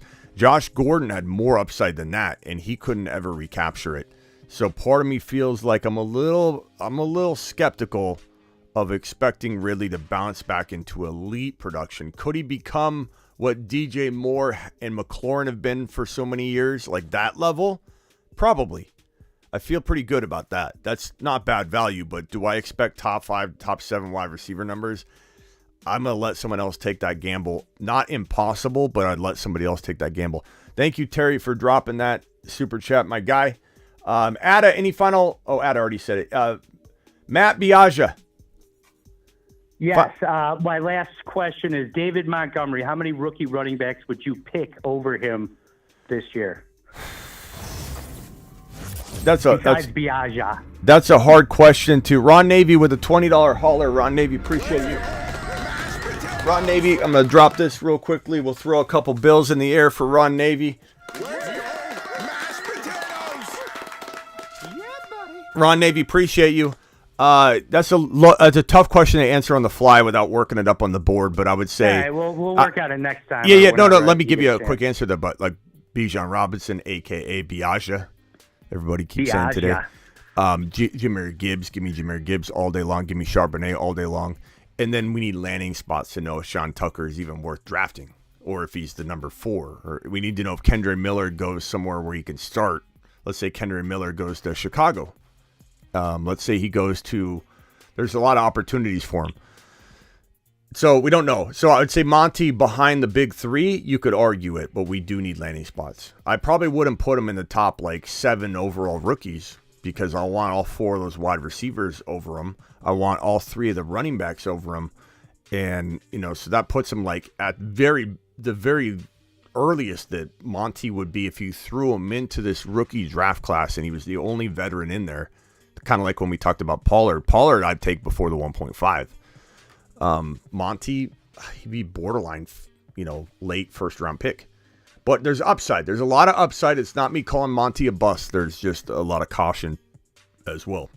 Yeah, I've had him the whole time since he's been a rookie. All right, Matt. Appreciate Somehow you. I just keep protecting him. Thank you. Yeah, call in later when we go live. We're live every day, 7 p.m., and then we go live whenever news breaks. So we'll see you here, Matt. Appreciate you. And then the 402 caller. Remind me your name one more time, bro. Yeah, brother, it's Jordan. We got mixed up with the 440 and 402. I'm sorry, I didn't chime in earlier. Jordan. Yeah, no problem. So Jordan. Okay, got Jordan in here. Jordan, final thoughts. Yeah, so I've been doing dishes most of the time. I've just been listening to everything you guys are talking about. Yeah, just interesting how we've got Rodgers now almost falling through. It's just been fun to listen to all that stuff. It's chaos. And then Derrick Henry on the way to the Cowboys. It's ramping up, man. You can tell it's draft time because everything is getting wild. So buckle up. All right, man. Appreciate you calling anytime. We'll see what happens with Henry. I think Henry does get traded. I don't think it's to Dallas, but it'll be interesting to see what happens. All right, later, pal. Right. All right. Have a good night, man. See you. Peanut Butter and Waivers says, I'm sleeping on Monty. I don't know. I've talked Monty up to the point where we had an argument, like massive argument with Flounder, saying I was ridiculously high on Monty. And I know Flounder was ridiculous in that argument. But I have since kind of been like, I don't think I'm sleeping on him. I'm not doubting him. I'm just in a wait and see pattern when we start seeing him climb to like the 5th round ADP. It was funny because once this news broke that he was a Lion, I came out swinging, saying Monty should be ahead of Swift. And I still feel that way, but I think once I saw him climb to where we were expecting him to climb, because he wasn't climbing at first, but now he's like in the 5th round, like 5.5, 5.8. Anywhere around that range, maybe 6th round. It just depends. Now I'm not loving it. I don't hate it. I just don't love it. It's not that I feel like it's a bust, but I feel like it doesn't feel like a slam dunk yet, but maybe it will. Maybe when we start hearing a little buzz, maybe we see him in a Detroit Lion jersey and he runs in a preseason touchdown run and we're like, wow, Monty looks good. Like I could get on board. So I wouldn't say I'm sleeping on him. I don't know. I'm just like, I'm hesitant to go all in and call it like a win a league value. I'm not down on him. I just kind of paused. Before we get to Ron Navy's final words, Super Steven called in. Super Steven, you got 20 seconds, pal. Just wanted to get your review on a trade I did. This is part 3 of the Trading Trevor sweepstakes, and I finally got a deal done for Lawrence, so I wanted your opinion on it. That's all. Hey, real quickly, Super Steven, let's give you a new name because I have a feeling people are going to think. I agree. Yeah, he doesn't want his own name used. Like, don't call me Steven. I'm not Steven.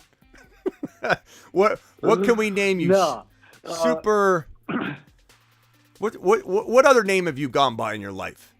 Super Mario? Well, I used to play football when I was younger, and I was the smallest person on my football teams. They used to call me Rudy. Rudy. Maybe that could work. Super Rudy. There we go. Okay. Yeah. Okay. That works. All right, Super Rudy, tell me your trade. Let's evaluate it. And I want to thank Isaac for dropping yet another super chat, a $2 hauler. Charbonnet training in New Orleans today. Thoughts? I mean, bro, I think every team should be looking at Charbonnet, Isaac. Every team. Any team, because he could fall in the 2nd round, teams are stupid not to work this guy out. Because if you could take him anywhere at the bottom of 2 or bottom of 1 or top of 2, you need to consider drafting this man. So we'll see what happens. I could see him there. I could. But go ahead, Rudy. Yeah. Okay, so a 10-team Superflex start 13. I have Lawrence. I have Mahomes and Fields at QB. So I traded away Trevor Lawrence, George Pickens, Gardner Minshew, 2024 third, the 201, and a 2023 407 for the 103, the 110, DeAndre Swift, and the 208. What do you think about that trade? So, in a nutshell, you got Mahomes and Fields. So you traded a 4th rounder. Yep. Traded a 4th rounder. You traded a 2nd rounder. Traded a 3rd rounder. You traded Pickens and T. Law. You got the 1.3 Swift, the 1.10, 1.8. No, 1.3, 1.10, 2.8, and Swift. Yeah. Okay. Yeah, I get that. Okay. Minshew was just a throw-in because he's a Colts fan. Yeah, But he I left him wanted off. I left him off. But I mean, T-Law's got a lot of value. So at the end of the day, I think you gave up probably too much because of what you could have got in T-Law. It's not that you like. I think the way you might have looked at this is, I don't need T-Law though, so I can trade. But you can't ever devalue what you have just because you don't need it. So I think because T-Law goes what? You what? Oh, no, that's true. I mean, I was just trying to move into that top 5 spot because I really want JSN on my team. I know. I know. But that was probably a bad move. But I mean, I can take the downfall of where I'm at with him. I think I could take the value and it'll be okay. I just wonder if you could. I just wonder if you could have got a whole lot more. I would have probably even kept Pickens. I could not have gotten the 101. But if you would have done this. Well, the reason why I got rid of Pickens was because his production doesn't equal his ADP right now, and or his value, therefore. And so I just figured maybe with the 110 and the 103, I could get JSN and then maybe Flowers or someone late in the first instead that could probably. Yeah, but think about this for a second though. Okay, whenever you're doing a trade, especially if you're in a super flex, okay, look. I don't know if you can see this or watch it later if you can only listen. But if we're talking about T-Law, yeah, I'm just listening right now. T-Law is in the middle of round 1 or even a little bit below the middle of round 1. Okay, and so place these guys in a dynasty super flex startup. And then you can get a sense of whether the trade is really lopsided or not. So 1.3, we'll call it JSN. JSN in a dynasty startup is not going anywhere near the first 2 rounds. I don't really know if in a dynasty is different than redraft superflex. So dynasty, we're going to see him climb a lot higher. In a redraft, JSN's in round 4, round 5, and a 1 QB. So in a superflex redraft, he's in round 5 versus round 4 at least. So that's in a redraft. So if we're talking about round 1, round 2, round 3, round 4, round 5, JSN in a redraft superflex is here in round 5. Now, in a dynasty, I think he climbs back into maybe the territory of where he would go in a 1 QB redraft, like if we're trying to just place him. But he's probably not going around 1, 2, or 3. I would say at best JSN's going at the top of 4. If I had to guess on a dynasty startup, and we don't have a lot of good dynasty startup ADP data, but that would be my guess. Yeah. Pickens is probably around the same territory though. I think he's probably going similar. Swift, probably similar territory, 4, 5, 6, somewhere around there. Maybe even 6, 7. Like, it's tough to know where people value Swift in dynasty because they might be projecting Monty to not be there for a while. End of day, bro. You didn't get anything that's even remotely close to round 1 or round 2. And so you got to really look at that and say to yourself that T-Law could have got you a Jamar Chase. Yeah, but I already have Chase. Well, that's not my point. My point is, that's the level of player you could have got with T-Law. Because in a dynasty startup, you're drafting T-Law a lot of the time over every single wide receiver. And so... That is true. Yeah, so anyway, don't beat yourself up over it. But next time, map out on a board like this where these guys would go in a startup. And that should help guide you on the trade value. Yeah, I didn't even. I should have done that in the beginning, but I wasn't even. You just wanted JSN. I can tell you're the kind of person, and don't take this the wrong way because I'm similar to you. You talk yourself into it. You just, no matter what, no one was going to talk you out of it. Because you gave up a reason why Pickens. You gave me an explanation of why Pickens shouldn't have been valued where he was. You go, the reason I traded Pickens is because he isn't. You just kind of made up something to convince yourself that Pickens wasn't valuable. Well, I mean, I just like he was productive, but I don't. Do you ever? Let me ask you. Do you ever see Pickens being? Do you ever see Pickens being a true alpha, like a true number one? Well, I mean, we got him on the Moon Man list, so we clearly like him. But is there more risk with Pickens than Olave? Yeah, of course. But Pickens still has, while he's got more risk of maybe not turning into Olave, he's still got the ability to. So that's why he's still on the Moon Man list. But I think, like, even if you did this, bro, I crossed Pickens off of this trade.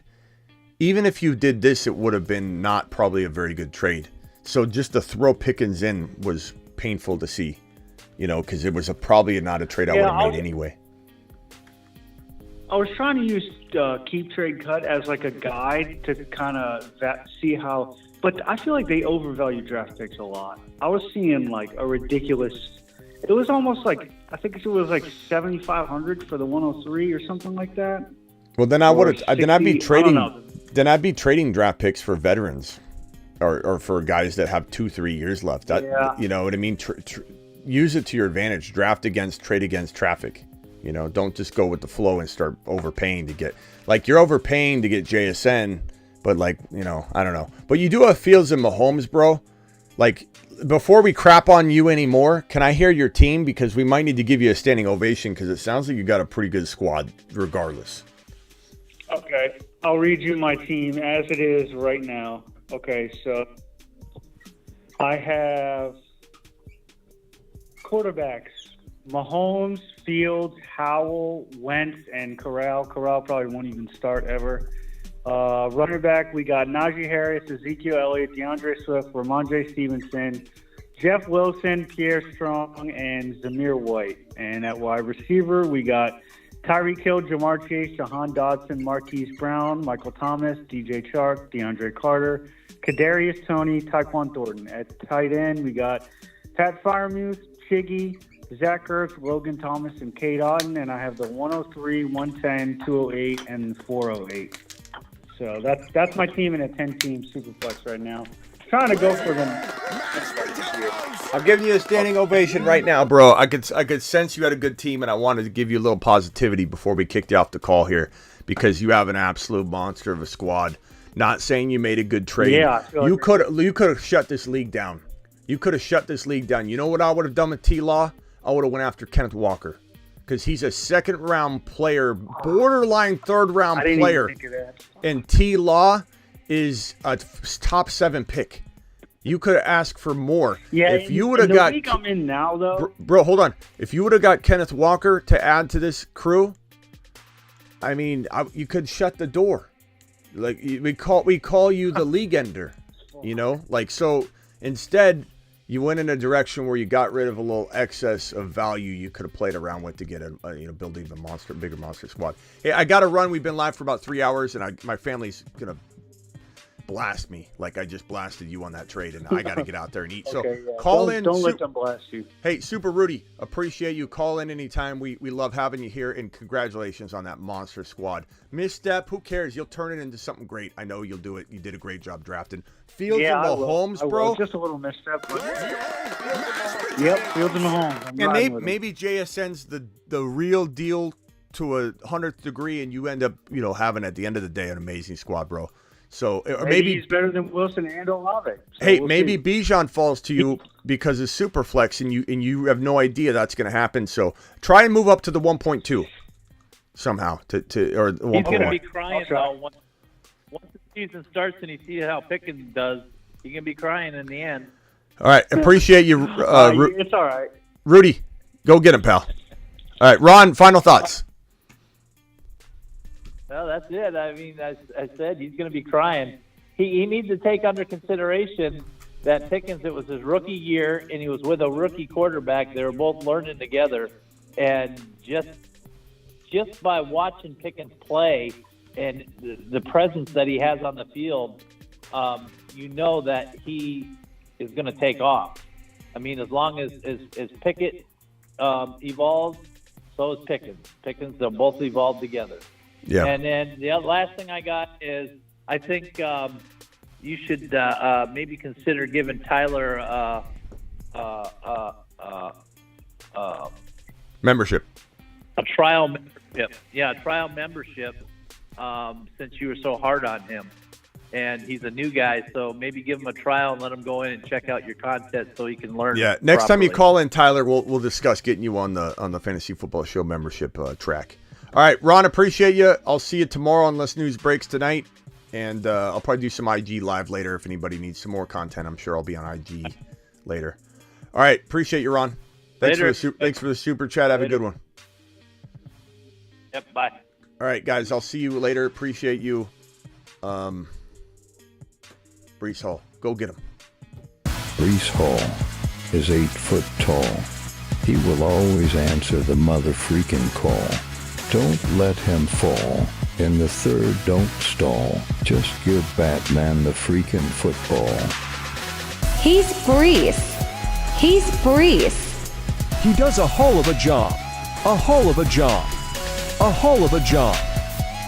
Breece Hall, please report to the moon. He does a hell of a job. And thank you to everybody that dropped, YouTube exclusive memberships. Let me see if I can pull that up and see who did that.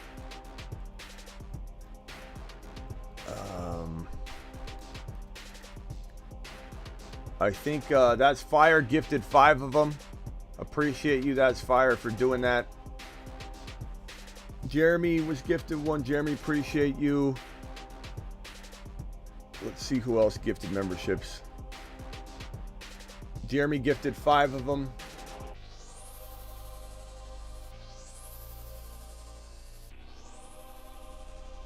That's Fire gifted another. I think he gifted 2. I forget. But That's Fire. Appreciate your super chats. Appreciate everybody that dropped a super. If I missed anybody's super, please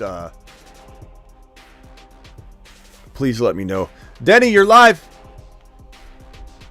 Hey, how you doing, attaboy? What's up, attaboy? I'm listening to TV at the same time. So, all right. No, you're doing all right. Yeah. I'm doing all right. Thanks, Denny. Thank you, Denny. Appreciate it. Doing all right. I just want you to know that. Yeah, Jude, everyone went against me tonight, huh? Hey, That's you know what? crazy. Steven got the boot as well. So you were in good company. But Denny, I'm running out the door. Any 10 seconds. What do you want? Go. I think Jamal Williams had 17 touchdowns. He's my best. You finally got it right. Denny, appreciate you. See you later, pal. Call in tomorrow. Smitty, I love you. Later, pal. You're the best. You're the best. All right. Bye. Thank you, Ron. Thank you, Isaac. Thank you, Isaac. Thank you, Isaac. Thank you, Isaac. Thank you, Terry Roberts. Thank you, Isaac. Thank you, That's Fire, for all the super chats tonight. Peace out. By the way, Denny calls my phone line sometimes like at midnight. Later, everybody.